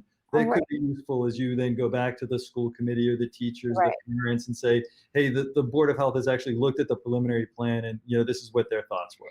Well, I think Dr. Walsh, I think you've kind of summarized our relationship well, in the sense that that's exactly what we did with the first document. We sought your general approval, we gave you the overview, and then we went back and said, people feel good about this. And from there, we're able to do exactly that. Take the framework that you approved of in general, we've fleshed it out, we've continued to use it to negotiate forward in good faith. And here we are 4 days from opening school. So we'll certainly continue to do that on the other phases of planning. And I look forward to welcoming the feedback and working with you guys as we make sure that we educate Westborough students this year safely and take care of our faculty as well. All right, sounds good. Thank you very much. I want to move on to the remainder of our agenda. Thank So you. we're gonna leave. We're good to see you guys. All right. Bye-bye. All right. Thank you. Could I raise, before I go, could I raise a point of personal privilege? Please. Okay. So I want, as you stated earlier, it's we can only talk when the three of us get together, right? And I just wanted to also. Sorry, go ahead. So is this about the school department, or can they leave? Oh, they can leave. Thank you very much. Sorry. Oh my God. Okay, Yes, no, please. Okay. They don't need to be tortured. Thank you. Go ahead. Bye. Go ahead, Syed. So as you know, my term is set to expire, I believe by end of next June. I'm not Yes. sure at this point whether I'm going to be continuing on, but I do want to leave the opportunity open if other people are interested. I'm not sure whether I'm going to continue or not. Someone had reached out to me, and I apologize to Steve that I didn't follow up with him. Someone had reached out to me, and I just want to, if people, when I joined the board, I mean, you guys have been on the board, you have vast amounts of experience. There was I'm still being onboarded 6 years later. My goodness, I mean, I went through a residency quicker than I've gone through the board. I'm still learning. So, if there are members that, people that are interested, I think it would be helpful for them to be, in a sense, be incorporated into, I recognize they cannot speak, but if they can be allowed to attend our meetings, I think it would allow for potentially an easier onboarding. So I just wanted to just throw that out there so that, Sure. Steve, that I'm sorry I did not follow up with you. Please forgive me. So, to that point, each of us serves at the pleasure of really the town manager and the board of selectmen, absolutely. once we're Right, appointed. And, whether you get reappointed or I get reappointed, we find out once every 3 years, more or less. So Right. to that extent, I understand your term is coming up. I think that people who are interested in serving on the Board of Health, openings do occur. Again, every year there's a position that people can apply for. They can certainly watch the proceedings that we have, which are recorded and posted, or watch them live. When we have in-person meetings, everyone is welcome to come. And in-person meetings, people who are in the audience are always welcome to speak and make comments and participate. So it is somewhat artificial, our proceedings right now because of the COVID situation, and that does make it harder for members of the public to participate, which is unfortunate. But if you have one or more people who are interested, then I would encourage them to, mosquitoes are out. I would encourage them to watch some meetings. They can certainly there's most of what we do is open to anyone, and so people want to educate themselves about what it means to be on the Board of Health and what the activities are. I think that would be a great way to develop some interest, to show that, and then to potentially apply, as positions come open. Okay. Steve, did I answer your questions? I'm sorry I didn't follow up with you. Yeah, we're fine. Okay. Again, please forgive me. Thank you, Dr. Ehrlich. Thank you, Dr. Walsh. And so I'm sorry I have to go to another commitment. Okay. Okay. Thanks Yeah, so much. is September 15th a good day for you, or should we just set the date without your input? Oh, you know what? Just set the date. I'll figure it out. If there are bad dates, I mean, we can do this right now real quick. Well, that's, So as I'm looking at September dates, if we go with Tuesdays, the 15th would be the third Tuesday. Yep. Yeah, that whatever works for the group, I'll figure it out. If I can't make it, I'll send you an email. Okay. I know that I'm committed on the 8th, and I think I have a meeting on the whatever 2 weeks from that is. So then let's stick with the 15th for now. That seems like if it's fine with you, Nathan. Yep. All right. Okay, Thanks, great. everyone. Take care. Okay. Thanks, Ed. All right. The next item is the Westborough is the DEP Solid Waste Master Plan. This was included in your packets. I attended the meeting of the Solid Waste Subcommittee that we have appointed, and it was noted that the state has put out a plan, and there's a comment period that is ending very soon. And so they asked us if we would mind taking a look at this and then commenting in favor if we were so inclined. I don't know if you had a chance to review it, Nathan. Yeah, I looked at it. So I do have some thoughts about it, but I'll let you go first. I actually thought that it covered a lot of areas. It was a very long document. I liked some of the stuff that they had in there and were proposing. There were a few things in there. They definitely were driving toward the pay-as-you-throw in some areas and using that as a metric and a thing that I just didn't think was very relative to what we're doing. But in terms of a lot of the organics and some of the programs that they have, the Recycle IQ stuck out to me as one that we may want to do more with, where they'll actually survey a lot of the people's trash and figure out what's going into the over the wall, as we call it, but what's going into the trash program versus what's going into the recycling program. Mm-hmm. And I think that they'll provide, I think their grants were like up to $40,000 for towns that use a trash transfer station. So that might be something that we want to look into applying for. But as far as the document itself, I thought as far as a master plan, I didn't have any big problems with it. I thought it covered a lot of what Westborough is, believes in. Yeah, I agree. Some of their goals for the amount of trash reduction that they're anticipating and the goal of getting down to zero trash, I'm not sure that I can endorse that without knowing what trade-offs are involved. That so I would leave it at that. That there are in fact there were two parts in there. I believe that one was reducing the amount of trash, and the other was they had a general statement in there about trying to envision what the world would look like with zero trash. Right. And I'm all on board with us taking the time to think about what would the world look like with zero trash. Because that would impact a lot of the reuse, the limiting of packaging materials, that sort of thing. I think it's worth envisioning it. I'm not sure it's necessarily worth implementing a true goal of 0% trash. I did think that some of their goals, though, even on their 2030 and 2050 plans, were a little over ambitious. I felt that way too. I think that it's better to have a plan that's over ambitious, though, than to one where you don't even, set really stretch goals. So sure. I'm okay with their goals. So the question is, do we wish to make any, as a board, do we wish to send any comments or not? The comments, if we were going to send any, I would say would revolve around the pay as you throw, and it would Yeah. be the Westborough residents, really feel that it should be a community decision, and that pay as you throw should not be forced onto communities by the state. Something along those lines would be a statement that I'd be in favor of. But as far as the rest of the document, I thought was pretty good.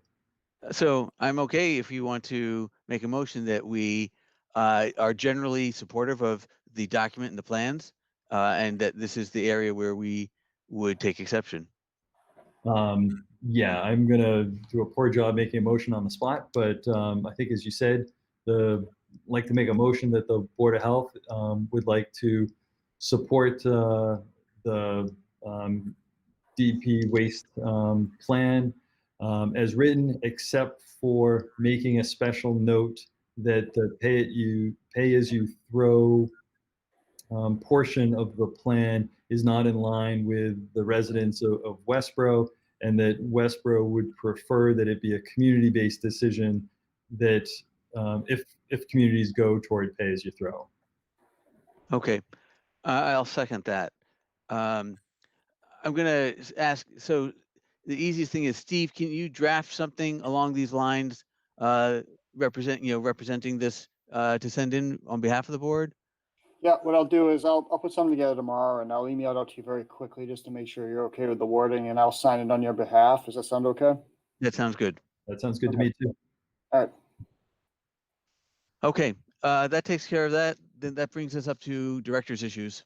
Not a whole lot. I actually don't. The only thing I have is, you heard about the new flu requirement for the kids. Obviously, we just talked about that. Just to kind of give you, we do have our yearly flu clinic that we offer for the kids in town, but our allocation is based upon past usage. Okay, so when you go back a few years, we generally only do 80 or 90 doses a year. And my allocation this year from the state was 80, and I was able to get them to bump it up to, I think, 130. But, that may, if they expect us to do large scale flu clinics, they'll have to certainly increase for the kids anyways, increase the number of doses that we're given. And I'm in very preliminary, and these are very preliminary planning to perhaps, if we were to get more doses and do a large scale clinic, we may try to do a drive-through clinic. I think that would eliminate a lot of the social spacing aspects with COVID, things like that. I'm talking to Pat Purcell, the fire chief, about that. But again, we're probably going to need more doses to do something like that. So anyways, these are just things I'm kicking around right now in case we do get a bigger allocation and do have the opportunity to vaccinate a large amount of children. The state was saying yesterday that they have doses. They're more than happy to provide them at the asking. I think that if we were to come to them with a proposal that, hey, we're going to do this, it's going to be a lot more. I don't know if there's a way that we can increase the, basically find out whether there's interest ahead of time. If there is, that would certainly make it very easy for us to go back to the state and say, thank you for the 90 doses, but we really need to know 190 more. Yeah. I think that we want to figure out what the interest in town. The other option is that we could break it up into 2 clinics. We could do the first one, show that we used almost all of the doses, and say that we still have another one, and we need more doses. Yeah, in general, the state will give you more if you use it up. They usually have extra supply. In their defense, their allocation was made before this whole requirement to be vaccinated. So I have a feeling this will change over the next few weeks. So anyways, I am kind of looking into that, just in case we have the opportunity to do something like that. And it might be good to do one early. I mean, we could, do an initial one. I mean, right as school is opening is not a bad plan. And then, do one in a month or 2 as well. Yeah. I don't have the vaccine yet. So we're not going to do it yet. No, I think we also want to encourage people to get it from their doctors if possible, because we can't vaccinate the whole town. Correct. So anyway, just a little update on that. That's really all I have for director's issues. All right, then I think we're all set with the next meeting set for September 15th. I make a motion that we adjourn so that Alan can get inside. Yeah, right, exactly. I second that motion. All in favor? I guess we have to do roll call vote. Yes. Sorry, Dr. Walsh, Aye. Dr. Ehrlich, aye. Okay, Thank you. very good. Bye. Um,